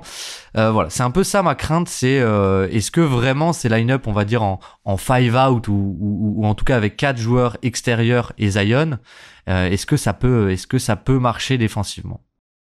J'avais aussi comme point de bascule le pivot. La question du pivot, parce que on sait que cette équipe, tout dépend beaucoup de Zion, qui théoriquement t'aimerais bien qu'il joue un peu avec beaucoup de spacing, mais sauf que défensivement il peut pas défendre, c'est pas un pivot défensif, c'est même pas un intérieur défensif, donc c'est un peu quand même, c'est un peu chaud de faire avec lui en seul intérieur. Et on a vu que les constructions d'équipe pour l'instant, elles étaient beaucoup avec Steven Adams, on était allé chercher Adams, on était allé chercher Valanciunas aussi. Donc un peu ce côté, il faut quand même qu'on ait un gros pour du rebond, pour un peu de protection de panier, au moins on essaye, ou ne serait-ce que des match-up directs de défense. Et là on l'a pas. Là on l'a pas du tout en termes de construction d'effectifs. J'ai l'impression qu'on a un peu tourné la page. Donc je te rejoins un peu sur ce point de bascule de comment est-ce qu'on va organiser tout ça, quoi. Parce que en un sens, tu as les compromis de Zion, de l'autre côté, il y a aussi le fait que défensivement, de toute façon, la défense des Pelicans, qui était élite l'an dernier, en tout cas qui était top 10, je crois, de mémoire, top 10 défense de NBA, en fait, elle se reposait pas du tout sur Valanciunas. Valanciunas, c'était utile pour des match-up directs s'il faut défendre Jokic, s'il faut défendre des mecs comme ça. Voilà, mais en dehors de ça, la défense est performée. Pourquoi ? Parce qu'il y avait des schémas très agressifs, parce qu'il y avait cette escouade d'ailiers qui était hyper coordonnée, hyper longue, hyper grande, qui venait protéger la raquette très tôt dans la possession pour forcer la balle à aller à l'extérieur, et ensuite qui était capable de faire des close-out agressifs et contester les 3 points ouverts qu'on concédait. Donc finalement, tu vois, ça dépendait pas du pivot, les schémas. Donc, de par ce prisme-là, tu peux te dire, de toute façon, qu'il y ait Valanciunas ou pas, Valanciunas, on lui demandait de monter haut sur le pick and roll, juste on n'a qu'à switcher, avec un line-up plus petit, on n'a pas du tout, Valanciunas se monter haut, juste en switch, et puis derrière, de toute façon, c'est le même schéma. C'est des mecs qui vont protéger la raquette en deuxième rideau, des ailiers, quoi. Ça, en fait, finalement, ça change rien. Donc, de ce point de vue-là, je peux un peu comprendre l'idée de, allez, on fait le pari de pas avoir de gros du tout. C'est pas grave, on fait pareil que les schémas défensifs ça se reposait pas dessus, donc on peut peut-être essayer d'avoir ça en défense, de garder un niveau similaire, et en attaque ça permettrait de libérer totalement, encore plus qu'avant, le terrain pour Zion justement. Donc je me pose un peu la question de cette question du pivot, parce que si ça marche, ok, bingo, et je pense que tu gagnes beaucoup. Après ça peut aussi moins bien marcher qu'avant, et notamment la question du rebond, c'est pas mal aussi, ça peut être assez important, donc tout peut aussi tourner autour de ça. Et ouais, Herb Jones en pivot, grosso modo, c'est un peu de la com. En gros, c'est l'agent de Zion. C'est le mec que Azad avait interviewé, là, pas l'agent de joueur, le mec qui faisait bosser le shoot, je sais plus, qui m'a dit sur Twitter, non, mais ça, c'est un truc d'agent, c'est l'agent de Zion qui a appelé David Griffin, le GM des Pelicans, qui a dit non, mais Zion joue pas pivot, tu dis que c'est Herb Jones qui joue pivot, quoi, grosso modo. C'est un peu ça. Mais ouais, tout a tourné autour de ça, je pense. Ouais, clairement. Alors, je sais plus comment il s'appelle. Campbell, il me semble. Mark Campbell, ouais, c'est ça. Mark Campbell, ouais. Et oui, clairement, en fait, ce qui va se passer, c'est juste qu'il va y avoir beaucoup plus de switch, quoi. Et d'un certain point de vue, alors je sais pas ce que toi t'en penses, mais même d'un certain point de vue défensif, je me dis que Zion, je préfère l'avoir on-ball et qui switch et qui se fait attaquer un peu frontalement, plutôt que ciblé parce qu'il fait pas les rotations, etc., quoi. Et toute la question, en fait, pour moi, le point de bascule, c'est à quel point tu gagnes plus en attaque avec ça, que ce que tu vas peut-être perdre un peu en défense avec ce nouveau line-up. Donc tout ça est cristallisé autour du poste de pivot. Et en plus, d'ailleurs, on dit ça, mais je crois qu'ils ont drafté Yves Missy, que je connais pas trop, mais qui a l'air d'être un pivot assez athlétique, mine de rien. Donc ça pourrait aussi ça pourrait gagner des minutes pas mal. Yves Missy, si ça confirme, qui a été drafté top 20, non, top 15, je crois, en plus. Oui, 18 ou 19, quelque chose comme ça, mais qui a quand même un peu de talent, quoi. Et qui est un pivot qui a commencé le basket très tard, en fait. Donc il est très, très brut, on va dire. Ouais. Mais c'est un intérieur qui, pour le coup, a une certaine mobilité aussi. Donc ça peut être intéressant. Mais je pense aussi qu'il y a quelque chose qui est finalement aussi sur le poste de pivot. Mais vraiment, je pense que le rebond, c'est quelque chose qu'il faut pas sous-estimer avec ces Pélicans, parce que c'était une de leurs grandes forces, le rebond défensif, depuis vraiment plusieurs années. Donc est-ce que ça va continuer? Et si ça baisse, est-ce que tout le niveau défensif baisse avec ou pas? Ça peut être intéressant à suivre, en tout cas. Et donc, fourchette haute, fourchette basse? Honnêtement, je suis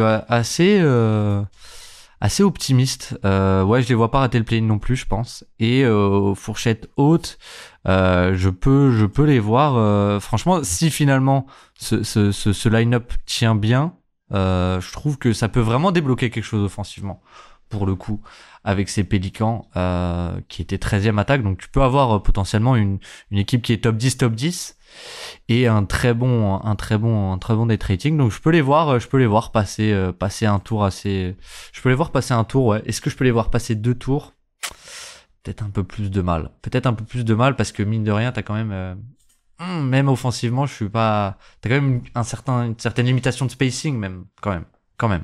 Je suis assez d'accord. J'avais envie de m'enflammer et de dire finale de conf en fourchette haute. Mais bon, t'as le spacing qui est pas top. Il y a toujours Brandon Ingram aussi, la synergie avec Ingram est pas top, on la connaît. Il y a McCollum avec ses problèmes de défense, mais t'as besoin de lui parce qu'il y a le spacing. Tu rajoutes des jeunes Temeray qui, bon, j'ai fait un podcast sur lui au Pelicans, ça peut apporter des trucs intéressants, mais disons que la configuration idéale, c'est celle-ci. Est-ce qu'on a encore les pièces idéales autour de Zion? Peut-être pas. Mais en tout cas, c'est peut-être l'année où on va passer au révélateur de voir est-ce que c'est possible de construire comme ça ou pas, parce que si ça se trouve l'an prochain, bon, on va ramener un vrai pivot, quitte à même à ce que ça soit un pivot qui switch, hein, on va ramener un vrai pivot, on refait une construction comme avant. Mais ok, je suis d'accord. J'aurais envie de m'enflammer, mais je me retiens un peu de dire finale de conférence parce que même dans un scénario idéal, il manque 2-3 trucs. Et donc on peut avancer. Tiens, les Phoenix Suns. Qu'est-ce qu'on pense des Phoenix Suns? Quel est ton point de bascule pour les Phoenix Suns 2025? Alors, pour moi, le point de bascule, et je trouve ça assez fascinant, ces Suns, déjà parce que je suis assez confiant sur ce que va apporter Budenholzer. Mais en fait, ce qui m'intrigue un peu avec cette équipe, c'est quels vont être les schémas défensifs que tu vas mettre en place. Ouais. Parce que je trouve qu'en fait, ça conditionne un peu toute ton attaque derrière. Parce que admettons peut-être pas le fantasme, mais c'est de jouer du switch all, parce que Kevin Durant, Bradley Beal, Devin Booker, mine de rien, tes stars sont assez flexibles défensivement et peuvent pas mal switcher, je pense. Puis t'as Royce O'Neal et t'as redrafté Ryan Dunn qui défensivement est un joueur qui est un phénomène défensif. Mais maintenant la question c'est est-ce que tu peux vraiment jouer si tu joues du switch all, du coup tu joues pas forcément avec Tyus Jones, tu joues pas forcément avec Jusuf Nurkic, tu joues pas forcément avec pas mal de joueurs et dont t'as envie de faire jouer offensivement, je veux dire. Tyus Jones, t'as envie qu'il soit là sur ton terrain pour porter la balle parce qu'il perd aucun ballon et parce qu'il apporte aussi un certain spacing, etc. Connecteur, ça peut être assez intéressant. Et Jusuf Nurkic, on l'a vu en tant que hub offensif, il y a quand même des séquences qui étaient pas mal. Mais du coup, un peu pour moi, ce truc de en fait, selon les schémas défensifs que tu joues, ça va conditionner ton attaque et j'ai l'impression que il y a jamais la solution parfaite. Il y a jamais la combinaison parfaite. Alors, la combinaison parfaite, c'est évidemment tu joues un switch all avec Ryan Dunn et Ryan Dunn qui se met à shooter vu que c'est ce qu'on a vu sur la pré-saison, mais moi je continue à pas trop y croire, on va dire, que ce soit un shooter respecté. Tu crois pas à l'échantillon de 8 tirs? Non, je n'y crois pas trop, même si l'échantillon de pré-saison du coup à 3 points est plus grand que son année entière en NCAA. Mais bon, voilà. Mais du coup, pour moi, il y a un peu ce côté où il y a rien qui est idéal, donc ça va être un équilibre à trouver qui est finalement pas évident et qui va conditionner beaucoup de choses. Eh bien, moi, je vais prendre le contre-pied. Pour moi, le point de bascule, c'est l'attaque. Voilà, assez évident, de manière assez évidente, parce que justement, je pense qu'en défense, tu peux bricoler, mais t'as pas d'éléments parfaits. Je pense que tu seras ni méga élite, ni méga mauvais. Je pense qu'il y a pas mal de choses intéressantes à faire et Budenholzer va les faire, mais je pense qu'on est plutôt sur une bonne défense, voire très bonne défense. Mais par contre, pour moi, le point de bascule, c'est est-ce que enfin, et avec Budenholzer qui est un coach offensif fantastique, est-ce que tu vas être comme l'an dernier, une bonne attaque mais pas plus, ou est-ce que tu vas enfin aller gratter ce potentiel un peu dingue d'un attaque avec Kevin Durant, même s'il commence un peu à vieillir, mais Kevin Durant, à mon avis, qui repasse sous l'optimisation Budenholzer, ça va retaper du 120 true shooting plus, je pense, un truc comme ça.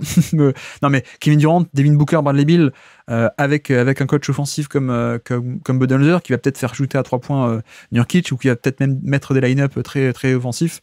Pour moi, c'est le point de bascule, parce que comme je te dis, je pense que la défense, je vois à peu près à quoi elle va ressembler. Par contre, ce qui peut faire que l'équipe va être candidat au titre ou pas, c'est est-ce qu'enfin on peut débloquer cette attaque, quoi. Et Bon, parenthèse, c'est exactement ce qu'a fait Budenholzer quand il est arrivé aux Bucks. Hein. C'était les Bucks que le niveau de talent pur était déjà là. Bon, on a ajouté Brook Lopez et ça a changé pas mal de choses, même beaucoup de choses. Ok, mais tu vois, le Giannis intrinsèquement, Giannis Antetokounmpo entre 18 et 19, bon, en 18, c'était déjà un très bon joueur, un joueur à l'NBA, mais sauf qu'il y a une réoptimisation qui a été dingue avec Bud. Et je pense qu'on peut avoir affaire à une équipe qui, tu vois, si tu me dis les Suns finissent 2025 en tant que première ou deuxième meilleure attaque de NBA, je serais pas choqué du tout en fait. Donc pour moi c'est un peu ça le point de bascule, c'est est-ce qu'on va entre un camp comme l'an passé, une attaque un peu poussive, une attaque qui a des défauts par-ci par-là, une attaque où ouais alors c'est pas mal, on a des stars mais ça marche pas, ou est-ce qu'enfin on va avoir une attaque, ok, il y a le talent pur, ça se transpose et on a la meilleure attaque de NBA. Pour moi c'est un peu le point de bascule. Ouais, bah clairement, j'ai un peu hésité. Et bon, j'en avais fait une vidéo sur Kevin Durant, donc voilà. Mais ce côté un peu Bud, là où il est un peu roi, où il est ultra compétent, c'est pour mettre des spacing en place en fait. Et quand il arrive au Bucks, juste la fréquence passe de, je crois, un truc genre 26e à 3e de NBA. Donc là-dessus, je m'en fais pas trop. Mais oui, et en fait, du coup, la question c'est est-ce que il peut réussir à mettre une attaque en place d'élite? Et si oui, comment?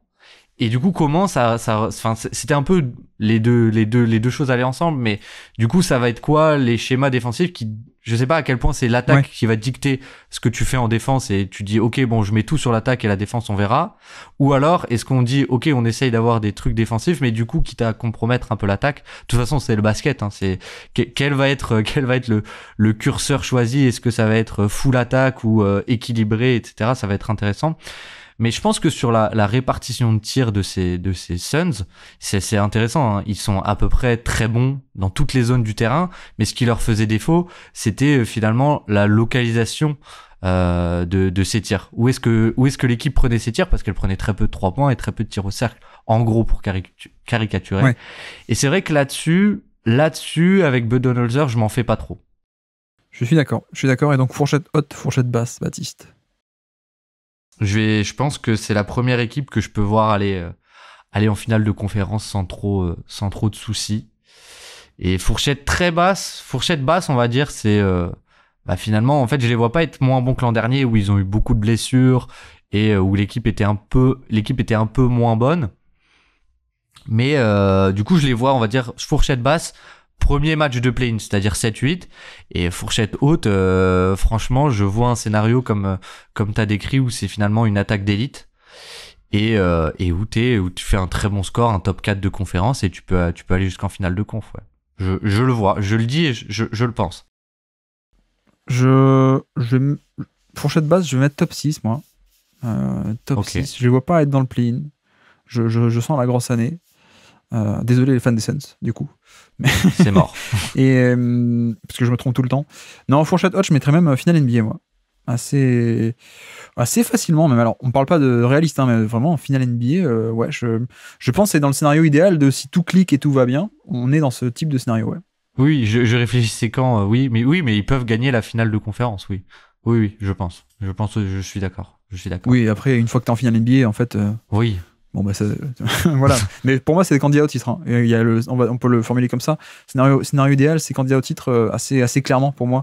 Et je pense que ce qu'on a vu l'an passé par passage, c'était très très bon. Le problème, c'est que c'était pas régulier. Et donc, quand on rajoute Budenholzer, je suis assez confiant. Et en plus, les rajouts défensifs, donc ok. Et puis même voilà, une saison complète de Royce O'Neal, ça peut, mine de rien, je trouve que voilà, c'était un peu le joueur parfait quand même sur certaines séquences aussi. Et c'est vrai que moi j'étais pas un énorme fan de Ryan Dunn, mais il y a un rookie qu'ils ont drafté que j'adore. C'est celui qui était à Marquette avec Tyler Colleck, c'est Ozo Ighodaro. Donc voilà, je me permets de le dire parce que j'adore cet intérieur un peu passeur. Voilà, comme ça je l'ai dit.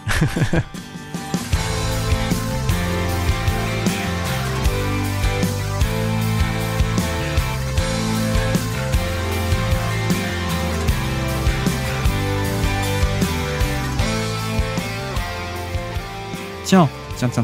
Nos amis les LA Clippers. Que pense-t-on de nos amis les LA Clippers? Quel est ton point de bascule pour les Clippers 2025? Lui aussi, c'est le dernier là de la liste qui est un peu, je sais pas trop quoi en penser.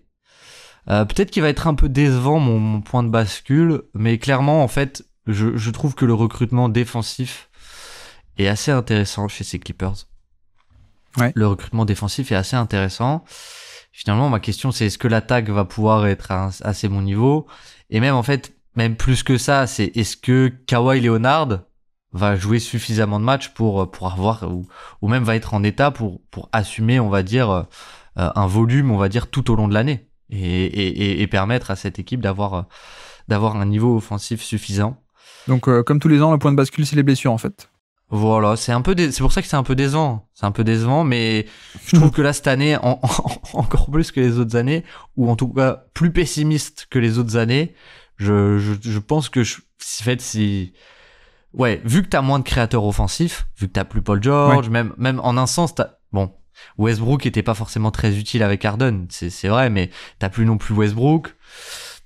T'as plus que 2 créateurs offensifs, concrètement, et c'est vrai que si t'en as un qui vieillit en James Harden et qui est de moins en moins omniprésent, etc., enfin omnipotent, on va dire plutôt, et qui a de moins en moins la capacité à encaisser des énormes volumes, parce qu'il drive moins, tout simplement, et que du coup ça repose de plus en plus sur Kawhi Leonard, et donc si la santé de Kawhi Leonard devient encore plus clé que les années précédentes quelque part, et c'est vrai que ça ne m'attire pas confiance, on va dire. Ouais, alors je peux comprendre. Effectivement, c'est un point de bascule classique, mais comme tu dis, c'est tellement facile que Ouais. oui, tout dépend évidemment si les stars sont là. Et je tiens à préciser qu'il était là l'an passé. Hein. C'est juste qu'il est blessé en playoff, mais il fait quand même une saison à presque 70 matchs au final. Donc c'est toujours un peu rageant, quoi, pour le coup. Mais non, au-delà des blessures, j'en avais 2. Un qui est assez simple, qui est finalement James Harden. À quel point est-ce qu'on peut avoir un bon James Harden ou pas? Notamment le fait que on a perdu Paul George. Le problème, c'est qu'on avait une attaque des Clippers qui fonctionnait, l'attaque à match-up, l'attaque à mismatch. Donc on va cibler, on va créer un mismatch, on va l'attaquer en isolation. C'est un peu ça, l'attaque très très basique, très simpliste des Clippers, mais qui avait 3 têtes d'affiche. Et donc Paul George, Harden et Kawhi. Bon, maintenant que tu en as retiré un et que tu l'as pas remplacé, ok, c'est sympa d'avoir Derrick Jones Jr., d'avoir Chris Dunn et des mecs défensifs, c'est génial. Mais sauf que il manque un mec pour finir les actions, quoi. Donc à quel point est-ce que James Harden est capable de reprendre en volume plutôt que le côté un peu logique, mais pente descendante qu'on a vu ces dernières années où le volume était de plus en plus décroissant, mais c'était normal. Là, il va être appelé à prendre plus, à quel point il peut ou pas. Donc ça, c'est un point de bascule pour moi assez évident. Au-delà des blessures, c'est ça, c'est à quel point Harden peut être bon encore et peut reprendre en volume sans trop de déchets. Et l'autre, je sais pas si je vais te surprendre, mais moi, c'est les velléités de la franchise. Hein. Parce que, tu vois, si Kawhi Leonard n'est plus là au 15 février ou 20 février, je sais pas quand il a trade deadline, je serais pas totalement choqué non plus, parce que je veux pas refaire les 2 heures de podcast qu'on a fait cet été sur le trade de Paul George, mais pour moi il y a un aspect où on est peut-être pas loin de tourner la page si on a laissé partir Paul George alors qu'il y avait tout à y perdre et qu'il y avait rien à perdre à le conserver. Enfin, ça pouvait se faire et c'était voilà. Je sais pas, je suis très confus, excusez-moi, mais je pense qu'on n'est pas loin de tourner la page. Je me demande à quel point est-ce qu'on l'a pas gardé pour l'ouverture de la salle de cette année. Mais je veux dire, en fait, s'il y a un moment où il faut tourner la page, c'est peut-être maintenant parce que tu aurais pu garder Paul George, tu l'as pas fait. Et donc pour moi, tu as un peu abandonné tes rêves de titre NBA, clairement. Donc peut-être que pour moi, c'était le premier indicateur, le premier domino, et que surtout, t'as quand même beaucoup hypothéqué ton futur pour avoir ces stars-là. T'as échangé beaucoup de choix de draft. Quel est le meilleur moyen de retrouver des choix de draft et des assets? C'est d'échanger tes stars, mais avant qu'elles vieillissent trop, quoi. Et donc, en fait, ce serait maintenant. Le timing, c'est peut-être maintenant de faire un cash-out et d'échanger. Tu vois, tu reproposes Kawhi Leonard à OKC et tu reprends quelques pics, par exemple. Je dis n'importe quoi, mais ou alors à Miami ou des mecs comme ça ou des franchises qui ont besoin d'être compétitives. C'est peut-être maintenant le moment où il faut faire cash-out, en fait. Oui. Mais c'est vrai que j'y avais pas pensé un peu sous cet angle, mais la question c'est plus est-ce que si en fait ce qui est important c'est que les Clippers n'ont pas leur pick aussi cette saison, et quelque chose qu'on n'a pas dit, parce que leur pick est au Thunder, il me semble, cette année. Exactement. Et donc finalement t'es un peu tu peux pas tanker cette année, donc tu peux pas tanker toute l'année, on va dire. Voilà, c'est ça. Mais c'est vrai que finalement, si t'échanges Kawhi, bon, oui, c'est un peu tourner la page. Et le côté James Harden, c'est vrai que forcément, du coup, il y a un peu cette question de, comme j'ai dit, si Paul George part, ça dépend encore plus de tes 2 autres stars.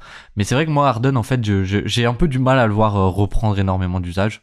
Alors peut-être que je me trompe, mais bon, C'est vrai que je suis pas forcément confiant, mais c'est vrai que je te rejoins sur le côté, peut-être que Kawhi, plus le temps passe, moins il aura de valeur aussi, forcément, je pense, s'il y a une accumulation de blessures.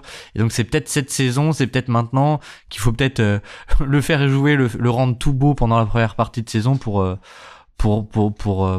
cash out la plus grosse somme, quoi. Bah ouais, parce que si t'attends, ok, tu vas dépenser sa valeur avec des années, tu vas l'avoir dans l'effectif, mais tu laisses partir Paul George, donc pour moi, t'es plus un candidat au titre, et c'est un peu avec des candidats au titre, c'est tout ou rien en fait. Hein.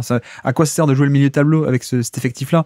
Je dis pas avec des effectifs jeunes, mais avec lui, cet effectif-là, jouer le milieu de tableau, ça n'a pas grand intérêt, donc tu laisses partir Paul George, tu re-signes James Harden, mais un contrat particulier où, en fait, il a une player option pour l'an prochain, donc en fait, il peut être free agent l'été prochain.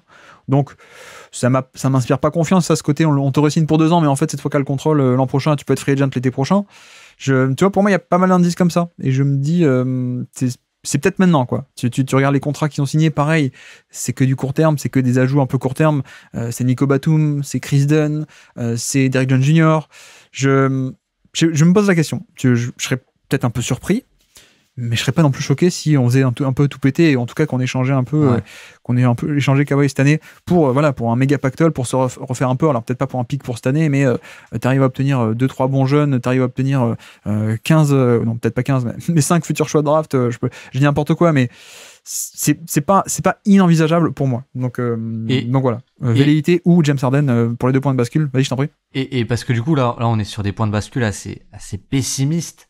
Est-ce que tu peux avoir des points de bascule un peu optimistes, ou finalement l'équipe tu peux la voir très compétente ou En fait, mon point de bascule optimiste pour moi, c'est les blessures. Donc tu as déjà parlé. C'est que si tout le monde est sur pied, on a une défense qui est d'élite, un Kawhi Leonard qui est d'élite aussi. Donc pour moi, le point de bascule, c'est la blessure, parce que si la blessure tient, oui, on a une équipe qui est élite et qui est top 4 de conf, je pense, et qui peut passer des tours de playoff. Donc le point de bascule positif, c'est celui-là pour moi. Mais alors, très bonne transition, parfait.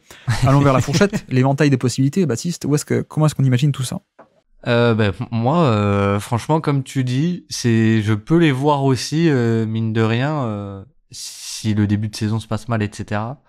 Avoir une équipe qui fait un peu tout péter et qui peut rater le play-in. Je pense que c'est envisageable.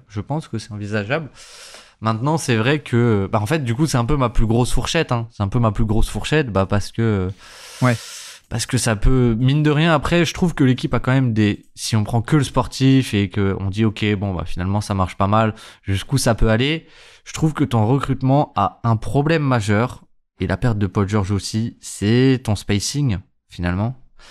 Parce que, mine de rien, t'as pas beaucoup de shooters à part Norman Powell et tes 2 stars, on va dire, mais t'as pas beaucoup de role-players qui t'apportent du shoot, puisque Amir Coffey, c'est pas génial, Chris Dunn, c'est pas génial, Derrick Jones Jr., on l'a vu, ça a bloqué à Dallas. Nicolas Batum, c'est pas mal, mais même sur un poste intérieur, Zubac, etc. Donc, je pense que même dans un scénario idéal, t'as certaines limites sportives qui font que tu passes, on va dire, allez, je vais dire au maximum un tour de playoff. Au maximum. Effectivement, attention au grand écart, attention aux adducteurs, c'est peut-être le plus grand écart, je pense, du jour. Comme dit, dans le scénario qui n'est pas probable, mais qui est possible, je pense qu'on est sur une équipe qui peut lâcher à la fin de saison, et donc même pas play-in, ou alors play-in, mais parce que t'auras tellement été bon en début d'année que voilà. Mais pour moi, effectivement, scénario haut, moi je mettrais fourchette haute finaliste de conférence. Hein. Ah ouais. Je pense qu'on a un effectif qui, alors si pas blessé toute l'année, si James Harden reprend un peu de volume pour compenser la création offensive, donc vraiment le scénario idéal, on est d'accord. Et avec Kawhi pas blessé, Harden très bon, et derrière, tu vois, la défense, j'ai pas de mal à imaginer un scénario genre en attaque, ça baisse un peu, ils sont 8e ou 12e en attaque parce que ça bloque un peu plus qu'avant, mais c'est quand même compétent. Plus la défense qui devient élite, avec Chris Dunn qui est fantastique, je pense que un peu sous-estimé à quel point c'est une bonne recrue défensive, Derrick Jones, Nicolas Batum qui est revenu, tu vois Kai Jones aussi, j'aime beaucoup Kai Jones, moi le prospect sur le papier, donc on verra si ça peut cliquer, mais si ça clique, c'est quand même un top pivot hyper mobile, hyper athlétique et protection de panier, et qui est encore très jeune, hein, évidemment. Donc Kai Jones plus Zubac, grosse saison, Terrence Mann, Amir Coffey qui émerge en tant que 3&D au volume, etc. Moi, le scénario idéal, j'ai pas de mal à imaginer une défense d'élite, une attaque qui est pas mal, pas excellente, mais qui est, on va dire, elle est top 10, mais qui en playoff se transpose parfaitement avec ce style de jeu de playoff d'attaque de mismatch. Donc Ouais, c'est le grand écart des grands écarts. C'est soit on abandonne le projet complètement, soit si ça clique et qu'on n'est pas blessé et que, alors il y a beaucoup de si, hein, mais si on n'est pas blessé et que Harden a assez de jus dans le moteur, j'ai pas de mal à les voir passer un ou deux tours largement, ouais. Ok. Bah moi je suis du coup un peu moins haut sur le scénario optimiste Ouais. parce que ouais, je vois certaines limites. Je comprends. Et donc on peut enchaîner. Qui est-ce qu'on a pas fait encore? Tiens, nos amis de Denver, les champions 2023. Okay. Quel est le point de bascule pour le Denver 2025? Pour moi, le point de bascule, là, je trouve qu'il est assez simple. C'est finalement qui va remplacer KCP dans le 5 majeur. Et plus que ça, je dirais, ce qui va un peu dicter la saison, et c'est quel profil va remplacer KCP dans le 5 majeur. Ouais. Parce que finalement, on va dire, t'as deux candidats, je pense, assez évidents, que sont Christian Braun et Julian Strawther, je pense. Je vois pas qui d'autre pourrait prendre cette place. Et c'est quand même deux profils assez différents. Il y en a un qui est plus offensif et l'autre défensif. Et finalement, bah, ça peut un peu conditionner comment joue cette équipe. Et c'est vrai que bon, alors du coup, on part plutôt pour avoir Christian Braun, pardon, je pense. Et donc, bah, finalement, c'est même un truc assez précis, mais le shoot de Christian Braun, parce que déjà que l'année dernière, finalement, le problème, c'était un petit peu le spacing. Bah là, tu remplaces KCP par Brown. Je pense que tu perds un peu encore dans ce 5 majeur en spacing. Et donc, bah, il faut que son niveau soit bon, parce que si le niveau de shoot de Christian Braun est finalement un peu plus faible qu'attendu, ça peut avoir des conséquences assez négatives sur cette équipe aussi, quoi. Bah, je te rejoins. J'avais noté un peu, moi, la profondeur d'effectif, qui est un peu la clé, parce qu'on était parti d'une équipe qui avait beaucoup de profondeur auparavant, qui en a un peu perdu. Alors évidemment, avec KCP, hein, t'enlèves un mec qui était 4e, 5e dans la rotation, ça fait du mal. Mais je le mets un peu en point de bascule, pardon, parce que je pense que ça peut venir, mais c'est pas évident. Tu vois, il y a plein d'éléments qui sont un peu en point d'interrogation pour moi. Est-ce que Christian Braun, alors quand Braun c'est ta 7e option d'équipe, grosso modo, en termes de valeur de hiérarchie, c'est pas mal, mais est-ce qu'il peut monter 4e, 5e? C'est un peu ce dont tu as parlé, hein, sur ce rôle de titulaire. On ne sait pas. Donc Brown, c'est sympa, mais avec quel rôle ça va être? Strawther, moi j'aime beaucoup, on en a parlé ensemble déjà, mais est-ce que ça va exploser ou pas? Peyton Watson, à quel point ça va exploser ou pas? Moi j'aime beaucoup aussi Vlatko Cancar, qui va revenir de blessure. Je pense qu'il a été un peu oublié d'ailleurs, Cancar, mais ça peut être un élément de la rotation. Mais ben voilà, il a été blessé tout l'an passé, et il s'est jamais vraiment imposé. Moi je l'aime beaucoup, et il a beaucoup de qualité. Mais voilà, encore un point d'interrogation, plus Darius Saric aussi qui est arrivé, plus Zekenaji, qu'est-ce qu'on fait avec lui? Est-ce qu'on arrive à l'échanger ou est-ce qu'il reprend sa place dans la rotation? Plus les petits jeunes, Jalen Pickett, Hunter. Bon, en fait, j'arrive à imaginer un scénario où ça clique parfaitement pour 3-4 de ces mecs-là, et t'as une belle profondeur, avec Cancar qui revient de nulle part, avec Strawther qui explose un peu offensivement, avec Watson qui prend sa place, avec Christian Braun qui devient titulaire à un gros volume, etc. J'arrive aussi à imaginer un scénario où bah, ça explose pour pas grand monde, voire aucun de ces mecs-là, où bah, ça reste bon, ça reste dans leur rôle, mais il y a un vide au-dessus, quoi. Ça reste dans le rôle un peu mineur, et donc le rôle majeur qui a été laissé par KCP est un peu vide. Et encore là, on parle pas du côté, on aurait pu parler de Jamal Murray, à quel point ça peut être bon ou pas cette année 2025. Et, je me pose un peu de questions là-dessus, mais ouais, la profondeur d'effectif pour moi est un peu clé là-dedans. Ouais, bah clairement, et je pense que c'est un peu finalement lié aussi, mais moi j'ai plutôt pris du coup le 5e membre du 5 majeur, pardon, parce que aussi ce 5 majeur du coup de l'année dernière de Denver l'année dernière, pardon, Jamal Murray, KCP, Michael Porter Jr., Aaron Gordon, Jokic, bah c'était le line-up qui jouait le plus de NBA et qui était vraiment le moteur de l'équipe finalement. Il avait plus 13 de net rating et c'était voilà, il avait 1923 possessions ensemble, le deuxième est à peine à 1700. Donc il y avait un vrai écart déjà entre ce line-up et le deuxième de NBA qui jouait le plus. Et donc, bah pour moi en fait, t'as plus cette source, et bah du coup, est-ce que tu vas pouvoir, si finalement un peu comme l'année dernière, t'as encore des jeunes sur le banc où personne n'explose vraiment comme tu dis, bah va falloir que tu t'appuies sur une line-up va falloir beaucoup que tu t'appuies sur une line-up, et finalement quelle va être cette line-up et quel va être le rendement de cette line-up. Et du coup ouais, ça passe beaucoup par la profondeur, les jeunes, et il en faut, j'ai envie de dire, au moins un qui explose à un niveau titulaire NBA, quoi. Ouais. Je suis d'accord, et c'est d'autant plus important pour moi. Enfin, le point de bascule tourne autour de ces mecs-là et de leur progression individuelle, on va dire, parce que il n'y a pas tant que ça de marge de manœuvre. Hein. On a un quatuor qui est payé beaucoup, 51 pour Jokic, 36 pour Murray, 35 pour Porter et 22 pour Gordon. Et après, c'est que des mecs qui sont en dessous des 10 millions. Alors, tu as Zekenaji qui est un peu le seul fusible. Et est-ce qu'on peut arriver à mettre un tour de draft avec Zekenaji et obtenir un mec à 8, 9, 10 millions? C'est possible. Quoique, ils sont déjà dans le second apron, je crois, ou le premier. Donc, tu peux pas trop prendre celle-là en retour. Mais bref. Et après, voilà, je veux dire, t'as pas de marge de manœuvre. Genre, tu vois, on a parlé des Lakers qui avaient plein de salaires autour des 10, 15, 18 millions, des salaires moyens à échanger. C'est pas trop ça à Denver. Donc, si progression il y a, elle passe par ces mecs qui sont déjà un peu dans l'effectif, j'ai l'impression, en tout cas. Et donc, fourchette haute, fourchette basse, Baptiste, pour ces Denver Nuggets. Fourchette haute, bah quand même, je pense qu'ils peuvent aller en finale NBA, mine de rien. Si tout se passe bien, finalement, je sais pas, mais un peu, t'as 2-3 joueurs de banc qui explosent, etc. Et puis même, finalement, on en a pas parlé, mais Dario Saric ou Russell Westbrook, ou les deux, il y en a un qui trouve un peu son rôle de vraiment, bah je pense, sans Jokic, finalement, de créateur sans Jokic. Ouais. Voilà, ça peut être une équipe qui finalement retrouve un rendement de finaliste NBA et qui l'avait déjà l'an dernier, hein, je pense qu'il pouvait y aller.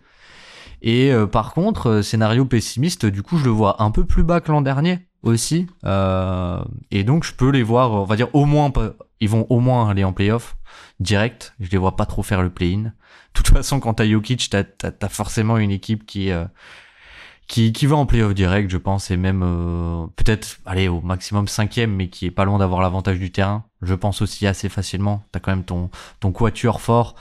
Donc voilà, on va dire à fourchette basse, premier tour de play-off et un peu upset au premier tour de play-off, et fourchette haute, finaliste NBA, quoi. Et bien en fourchette basse, j'avais un deuxième tour, grand minimum. Sauf, tu sais, voilà, s'il y a beaucoup de blessures, mais tu vois, même les années où il y a beaucoup de blessures, Jokic t'amène quand même au deuxième tour. Oui. Ne serait-ce que par ça. Donc je pense deuxième tour pour le bas, et pour le haut, champion NBA, assez facilement aussi. On commence à entrer dans la zone des candidats au titre facile.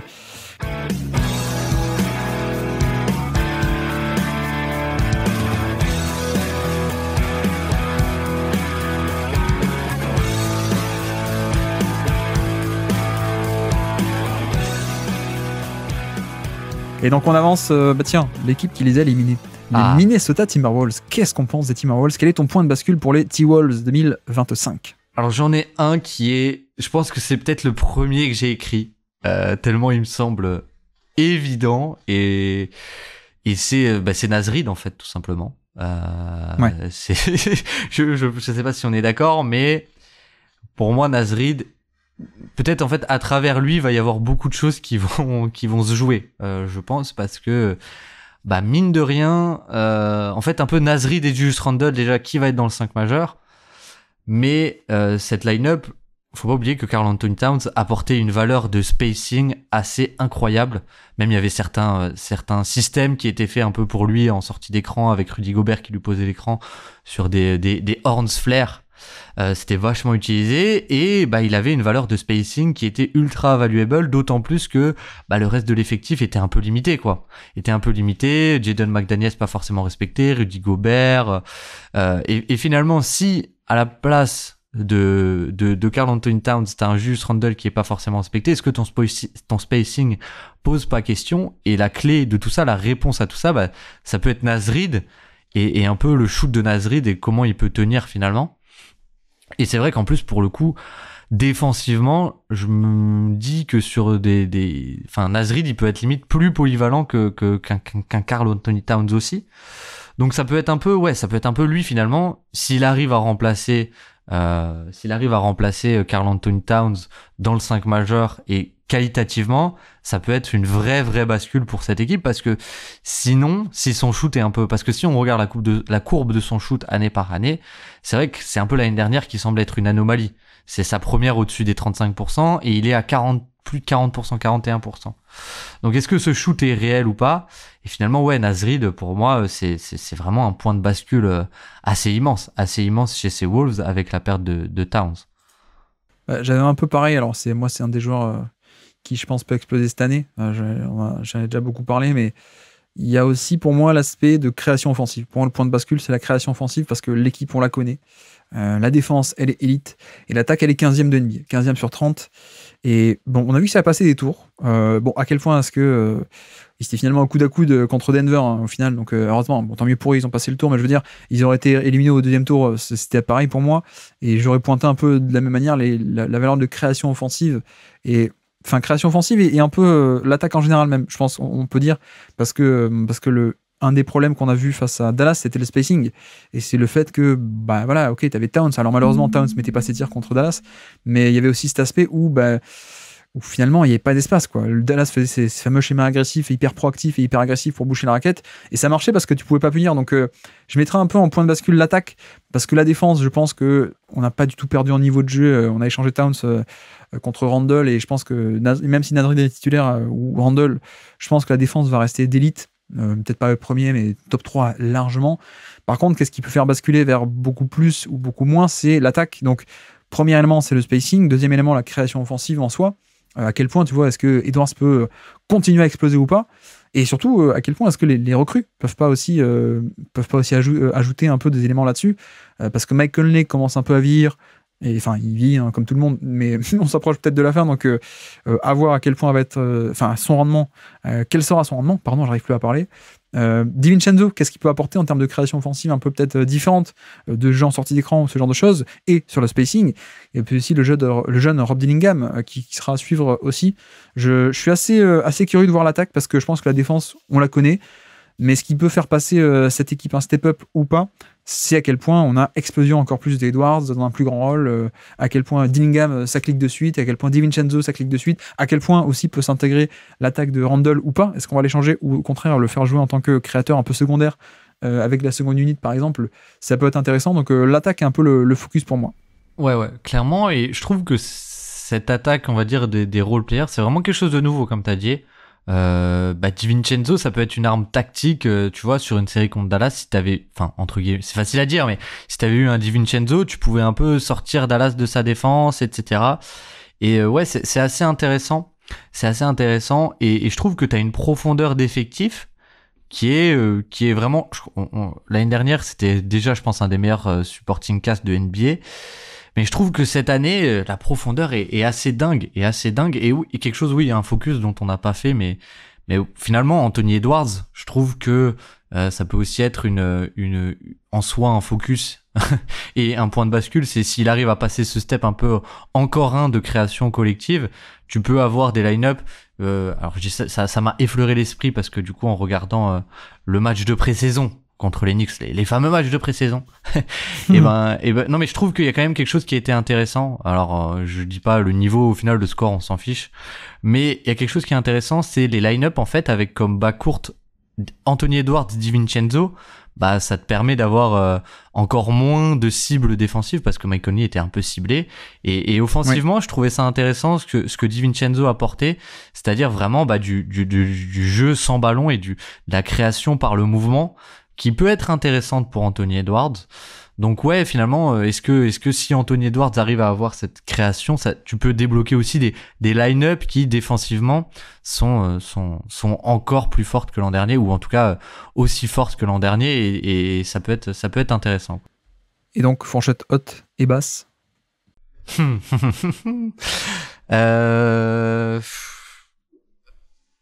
Je sais pas du tout.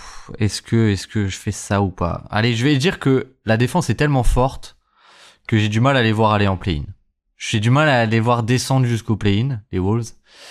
Et fourchette haute, est-ce que je peux les voir plus haut que l'an dernier finalement? Je vais dire j'ai quand même quelques limites. Mais je vais dire, si tout se passe bien, si Rob Dillingham est un formidable rookie, si Julius Randle est un formidable créateur avec la seconde unit, alors qu'il soit dans le 5 majeur ou pas, mais voilà, si Nasrid confirme son niveau assez incroyable, peut-être qu'ils peuvent aller en finale NBA. Allez, je vais dire ça. Ouais, j'avais à peu près pareil. Ouais, j'avais deuxième tour minimum et puis finale NBA, effectivement. faut avoir conscience qu'il y a que 2 équipes en finale de conférence. Hein. Donc, je pense qu'il y a plein d'équipes qui peuvent y prétendre, mais forcément en fourchette basse, on peut pas dire à tout le monde finaliste de conférence. Mais tu vois, quand on prend toutes les équipes, il y en aura que 2 en finale de conférence. Mais non, je pense que deuxième tour, grand minimum. Après, question de match-up, question aussi de parfois tu tombes contre une équipe qui est de ton niveau et puis c'est très serré et puis ça tombe du mauvais côté. Mais ouais, j'ai pas de mal à imaginer aller pourquoi pas en finale NBA. Je pense qu'ils n'étaient pas si loin que ça l'an dernier, malgré certaines déficiences d'effectifs. Mais ok. Et donc on peut avancer. Qu'est-ce qu'il nous reste à faire? On n'a pas fait Dallas, je crois encore. Ouais, c'est ça? Exactement. Eh bien, les Dallas Mavericks, je peux te lancer. Quel est ton point de bascule pour les Dallas Mavericks, finalistes 2024? Mais quel est ton point de bascule pour 2025? Bah finalement, ma question c'était qu'est-ce qui a manqué à cette équipe de Dallas et qui pourrait changer un peu la donne cette année, même en saison régulière finalement. Et c'est vrai qu'un truc qui est assez évident, c'est le spacing ou en tout cas l'équilibre entre spacing et défense. Et du coup, je sais pas trop comment le formuler, mais c'est un peu est-ce que les Mavs vont réussir à trouver ces joueurs, ces role players qui t'apportent le meilleur des deux mondes, entre guillemets, des deux côtés du terrain. Et du coup, c'est un peu, pour moi, mon point de bascule, ce serait un peu 3 joueurs, ou peut-être un peu plus, mais Quentin Grimes, Najee Marshall et dans une moindre mesure, on va dire Klay Thompson, mais qui est une carte intéressante à jouer en playoff, je pense, que n'avaient pas les Mavs l'an dernier. Et du coup, voilà, c'était un peu ça, c'était un peu l'adresse à 3 points de tes role players, qui était un peu ce qui a bloqué, je pense, l'année dernière avec Dallas et qui aurait pu leur coûter cher contre déjà OKC en demi-finale de conférence.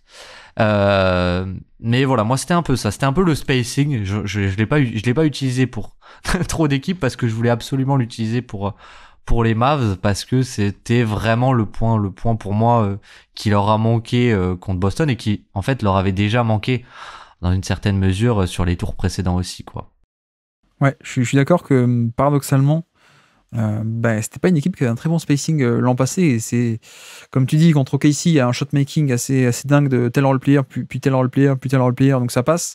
Et encore, OKC est quand même pas loin de gagner match 6 et de prolonger, voire même de gagner la série. La série était très, très disputée. Mais c'est clair que, enfin voilà, ils vont en finale NBA, mais paradoxalement, il manque du shoot, quoi. Ça manque de shoot. Et c'est aussi pour ça que Irving était à ce point précieux. C'est que, dès qu'on faisait un drive ou un pick and roll de Doncic, il fallait qu'on mette Irving pile à côté de Doncic en termes de positionnement sur le terrain pour que, soit on dissuade l'aide, soit quand l'aide vient, on arrive à punir. Donc, c'est à voir à quel point, en effet, on n'a pas ce truc-là, quoi, d'avoir une équipe viable. Et je comprends un peu ton point qui est de dire le spacing, mais aussi la viabilité de l'équipe en un sens, parce que qu'est-ce qu'on fait si on met Klay Thompson et que ok, il est pour le spacing, mais et pour mettre des tirs, mais finalement il est pas viable en défense, quoi. Il se passe quoi? Moi j'avais un peu ça en point de bascule, mais surtout j'avais aussi la profondeur, on va dire profondeur d'effectif, et à quel point l'équipe t'as pas des talents qui peuvent émerger. Tu vois, je sais que toi t'aimes beaucoup aussi, mais j'ai beaucoup d'espoir sur Quentin Grimes, moi. Les espoirs qu'on avait sur Josh Green, qui a un peu calé niveau développement offensif, c'était un bon défenseur, mais qui était un peu limité à 20-25 minutes de jeu par match parce que l'attaque calait un peu. Je pense qu'avec Grimes, on a le même profil défensif de défenseur connecteur, mais avec plus de création offensive. Donc, à quel point lui peut pas émerger plus, à quel point Derek Lively peut pas émerger plus, aussi encore un plus gros rôle, même s'il n'y a pas forcément besoin, parce que Gafford est aussi là, mais il est bon.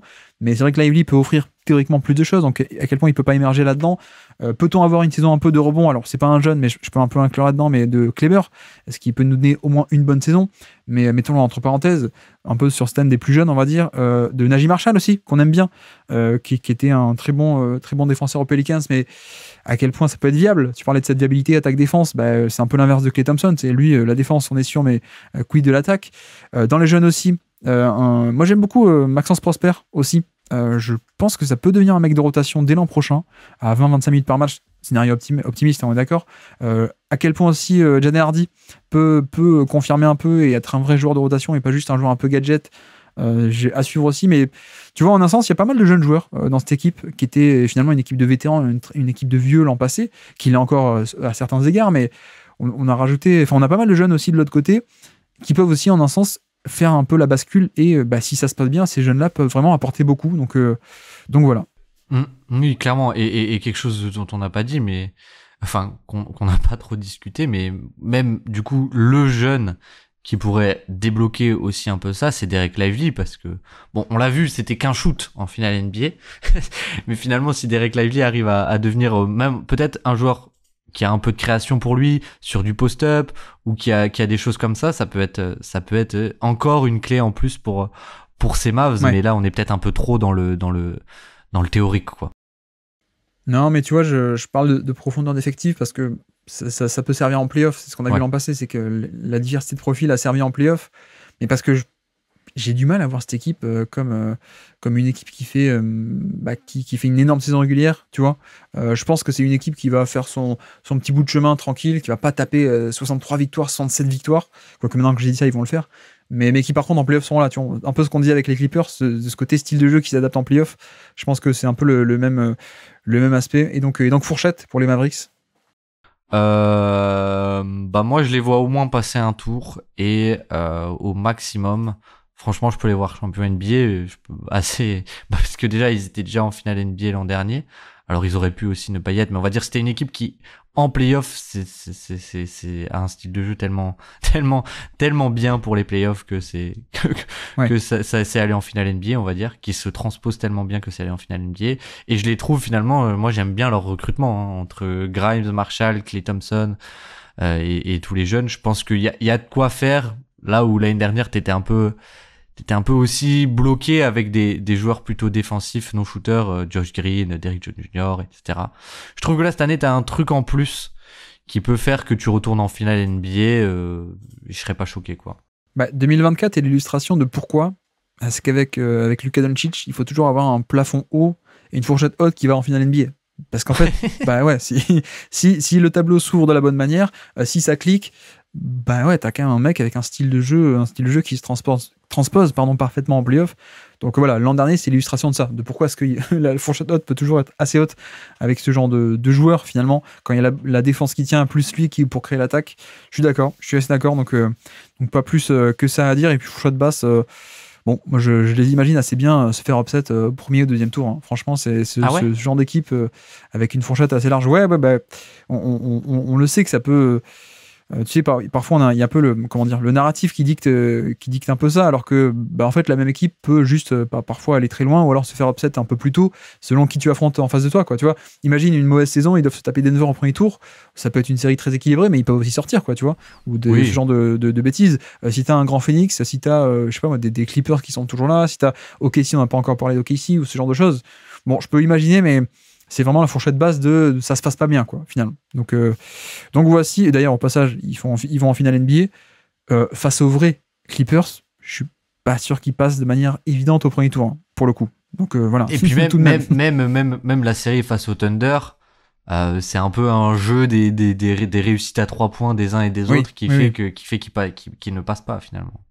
Ouais, mais tu vois, Thunder, c'est déjà le deuxième tour. Moi, je te dis, le premier tour, c'est l'affrontement 4-5 contre une équipe des Clippers qui s'est un peu effondrée, qui était blessée, mais les vrais Clippers qu'on a vus en janvier 2024, alors est-ce que c'est les vrais Clippers? Mais contre des bons Clippers, plutôt. Je pense qu'ils pouvaient perdre aussi au premier tour, et c'était la même équipe. C'est juste que, voilà. Bref, on a compris. Et donc, on peut finir avec OKC. Tu croyais que j'avais oublié, hein, OKC, mais non, j'ai pas oublié. OKC, le Oklahoma City Thunder, qui était premier à l'Ouest, donc on finit avec eux. Baptiste, point de bascule, 2025 pour le Thunder. C'est dur à trouver, en fait, hein. C'est assez dur à trouver. En fait, du coup, sur ces équipes, je trouve qu'on est un peu sur qu'est-ce qu'on n'aime pas, qu'est-ce qu'on n'aime pas au Thunder, qu'est-ce qui pourrait qu'est-ce qui pose question, finalement. Déjà, je pense que faut dire que ce qui ne pose pas question, c'est le niveau défensif de cette équipe. J'ai du mal à les voir ne pas être même top 3 défense, hein, avec l'ajout d'Hartenstein qui rentre parfaitement, avec Caruso qui a encore une upgrade, avec la progression d'un Cason Wallace. Voilà. Donc j'ai un peu du mal là-dessus à les voir ne pas être une bonne défense et même une bonne attaque. Je trouve que c'est assez évident aussi. Alors, c'est un peu la même chose. Ce qui a posé question, c'est le spacing, en un sens, et la respectabilité plus que la rentabilité, enfin, plus que l'efficacité, des joueurs sur le terrain. Mais moi, finalement, ce que je me suis dit, c'est, un peu comme tu l'as fait avec les Warriors, c'est cette question de création offensive. Qui est-ce qui prend beaucoup d'usage? Et mine de rien, Josh Giddey est parti pour Alex Caruso. Hartenstein est arrivé, mais c'est des joueurs à très petit volume de responsabilité offensive, même si t'apportes du connecting ou un peu de spacing pour Caruso, vu la courbe qu'il a. Et donc moi, c'était un peu, est-ce que Jalen Williams, il peut supporter un volume de 30%, continuer à avoir ce niveau sur 30% d'usage? Et si c'est le cas, en fait, pour moi, t'as une équipe assez dingue. Ou en tout cas, c'était un peu autour de Jalen Williams. Est-ce que son niveau même de shot-making, ça va se confirmer? Ou c'était une année un peu au-dessus? En surchauffe, pardon. Mais voilà, vu qu'il n'y a plus Josh Giddey, je pense que son volume... C'est aussi pour ça que Josh Giddey est parti, c'est parce qu'on veut augmenter le volume de Jalen Williams. Et toute la question, un peu pour moi, une des seules questions de cette équipe avec le spacing, mais du coup, pour pas faire redondant et pas dire tout le temps de spacing, j'ai pris Jalen Williams, c'est, s'il arrive à encaisser le volume, ça peut être une équipe qui, en fait, a deux créateurs de très très haut niveau. Et c'est en plus de tous les connecteurs et des créations un peu autres, ça peut être génial, quoi. Ça peut être génial. J'ai pas vraiment de point de bascule, moi, parce que je veux dire, il y a même pas trop de faiblesse. Alors peut-être le point de bascule, c'est à quel point est-ce qu'ils veulent faire une grande saison ou pas. S'ils veulent, ils peuvent aller taper un très haut total de victoires. Je pense, à mon sens, ça peut être. Je pense que c'est une équipe qui a ce profil-là. Mais non, mais je veux dire, l'ajout de Hartenstein apporte une telle flexibilité défensive qu'il y a même plus trop à se poser de questions de ce point de vue-là. Pareil un peu pour l'attaque. Peut-être le point de bascule, en effet, je mettrais, alors non pas spacing, mais peut-être animation offensive, peut-être on peut formuler comme ça, parce que je suis pas convaincu non plus, hein. Je pense que c'était un peu le mini défaut un peu caché, et quoique ça leur a éclaté à la figure, mais donc pas tant caché que ça, mais le spacing, comme tu dis, où ça shootait très bien, mais sauf que le mec était pas respecté, ils ont pas su punir en tout cas contre des schémas agressifs. Et je me demande à quel point Hartenstein il va pas shooter. Caruso, bon, c'est un peu mieux, il sort d'une bonne saison au shoot, mais je suis pas encore convaincu que c'est genre un méga shooter pour l'instant. Donc il y a peut-être encore 2-3 interrogations de ce point de vue là, mais je pense qu'on peut aussi résoudre ce problème de par de l'animation, de par du mouvement. Et là encore, Hartenstein qui peut opérer en dribble and off, ça peut régler pas mal de problèmes, quoi. T'es pas obligé de faire que du drive comme avant et d'avoir des mecs qui restent dans le périmètre à devoir être une menace de catch and shoot. Donc j'ai hâte de voir ça, parce que tu vois, Caruso par exemple peut shooter, mais il peut aussi apporter du mouvement et du spacing, en tout cas de l'animation offensive de par son mouvement, de par ses cuts. Il y a le dribble and off, il y a plein d'éléments comme ça. Donc je pense que spacing / animation, un peu le point de bascule pour moi, mais sinon j'en ai pas trop d'autres, hein, pour le coup. On peut aller un peu titiller sur à quel point certains jeunes peuvent encore plus se révéler, du genre de Casey Wallace, à quel point est-ce que ça peut aussi faire un méga truc blindé si d'un coup aussi t'as tous les jeunes qui sont draftés là, Dylan Jones, ou alors c'est qui le mec que tout le monde n'arrête pas de dire, il est très bon là, le Belge Mitchell, c'est ça? Ouais, encore un Belge qui est très bon. Jay Mitchell, ouais, c'est ça. Ouais. Enfin bref, je pas trop de points de bascule, à part en effet cette question du spacing ou de l'animation offensive à régler, mais on est d'accord. Et donc fourchette.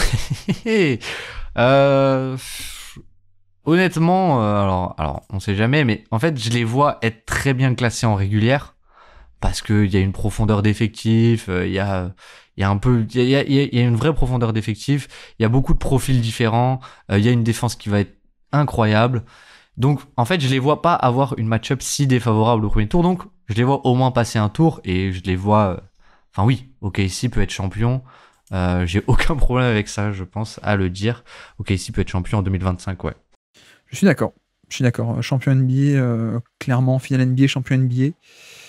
Ou au pire deuxième tour, contre le mauvais match-up, tu te fais éliminer. Mais je suis assez confiant pour dire deuxième tour, parce que je pense qu'ils vont faire une énorme saison régulière. Donc ils seront un peu protégés niveau match-up du premier tour au moins. Tu vois, c'est pas comme si une série 4-5 Dallas Clippers de l'an passé, c'est un peu une pièce jetée en l'air, ou parfois des match-up un peu plus compliqués comme ça. Mais je suis d'accord. Et donc on a à peu près fini. Je crois qu'on a fini. C'est bon, on a oublié personne, hein, à l'ouest. On a fait les 15. Hein. C'est bon. Là, j'ai sur ma liste, j'ai tout mis en rouge. Ça veut dire qu'on a bien fait les 15 équipes, ouais. Pour l'instant, on n'a pas encore besoin de s'occuper de Las Vegas et de Seattle, donc on peut s'arrêter là, Baptiste. Peut-être pour les années prochaines, on verra ça. En tout cas, merci beaucoup d'être passé sur le Basket Lab pour ces previews 2025, déjà 2025. Et oui, déjà, mais en tout cas, merci à toi. Toujours un plaisir, et puis là, un peu moins rentrer dans les détails, mais c'était cool, et hâte de s'être trompé sur à peu près toutes les équipes, et de revenir l'an prochain, quoi. Merci à tous d'avoir suivi cet épisode, j'espère que ça vous aura plu. Et donc voici pour la conférence Ouest avec notre format qui, voilà, je répète, mais c'est vrai que l'aspect de deviner exactement ce qui va se passer, dire lui va finir 7ème, lui va finir 3ème de conf avec 47 victoires, c'est vrai que ça m'intéresse assez peu et surtout qu'en plus on est nul là-dessus. Donc voilà, je trouve un peu plus intéressant d'essayer de dépeindre le champ des possibles et après on parlera de ce qui se passe vraiment. Mais voilà, moi je suis pas trop fan des previews de base, je préfère de parler de ce qui s'est passé pour de vrai, quitte à traîner et à parler du passé plutôt que de parler du futur, mais c'est que imaginaire, on peut raconter un peu ce qu'on veut.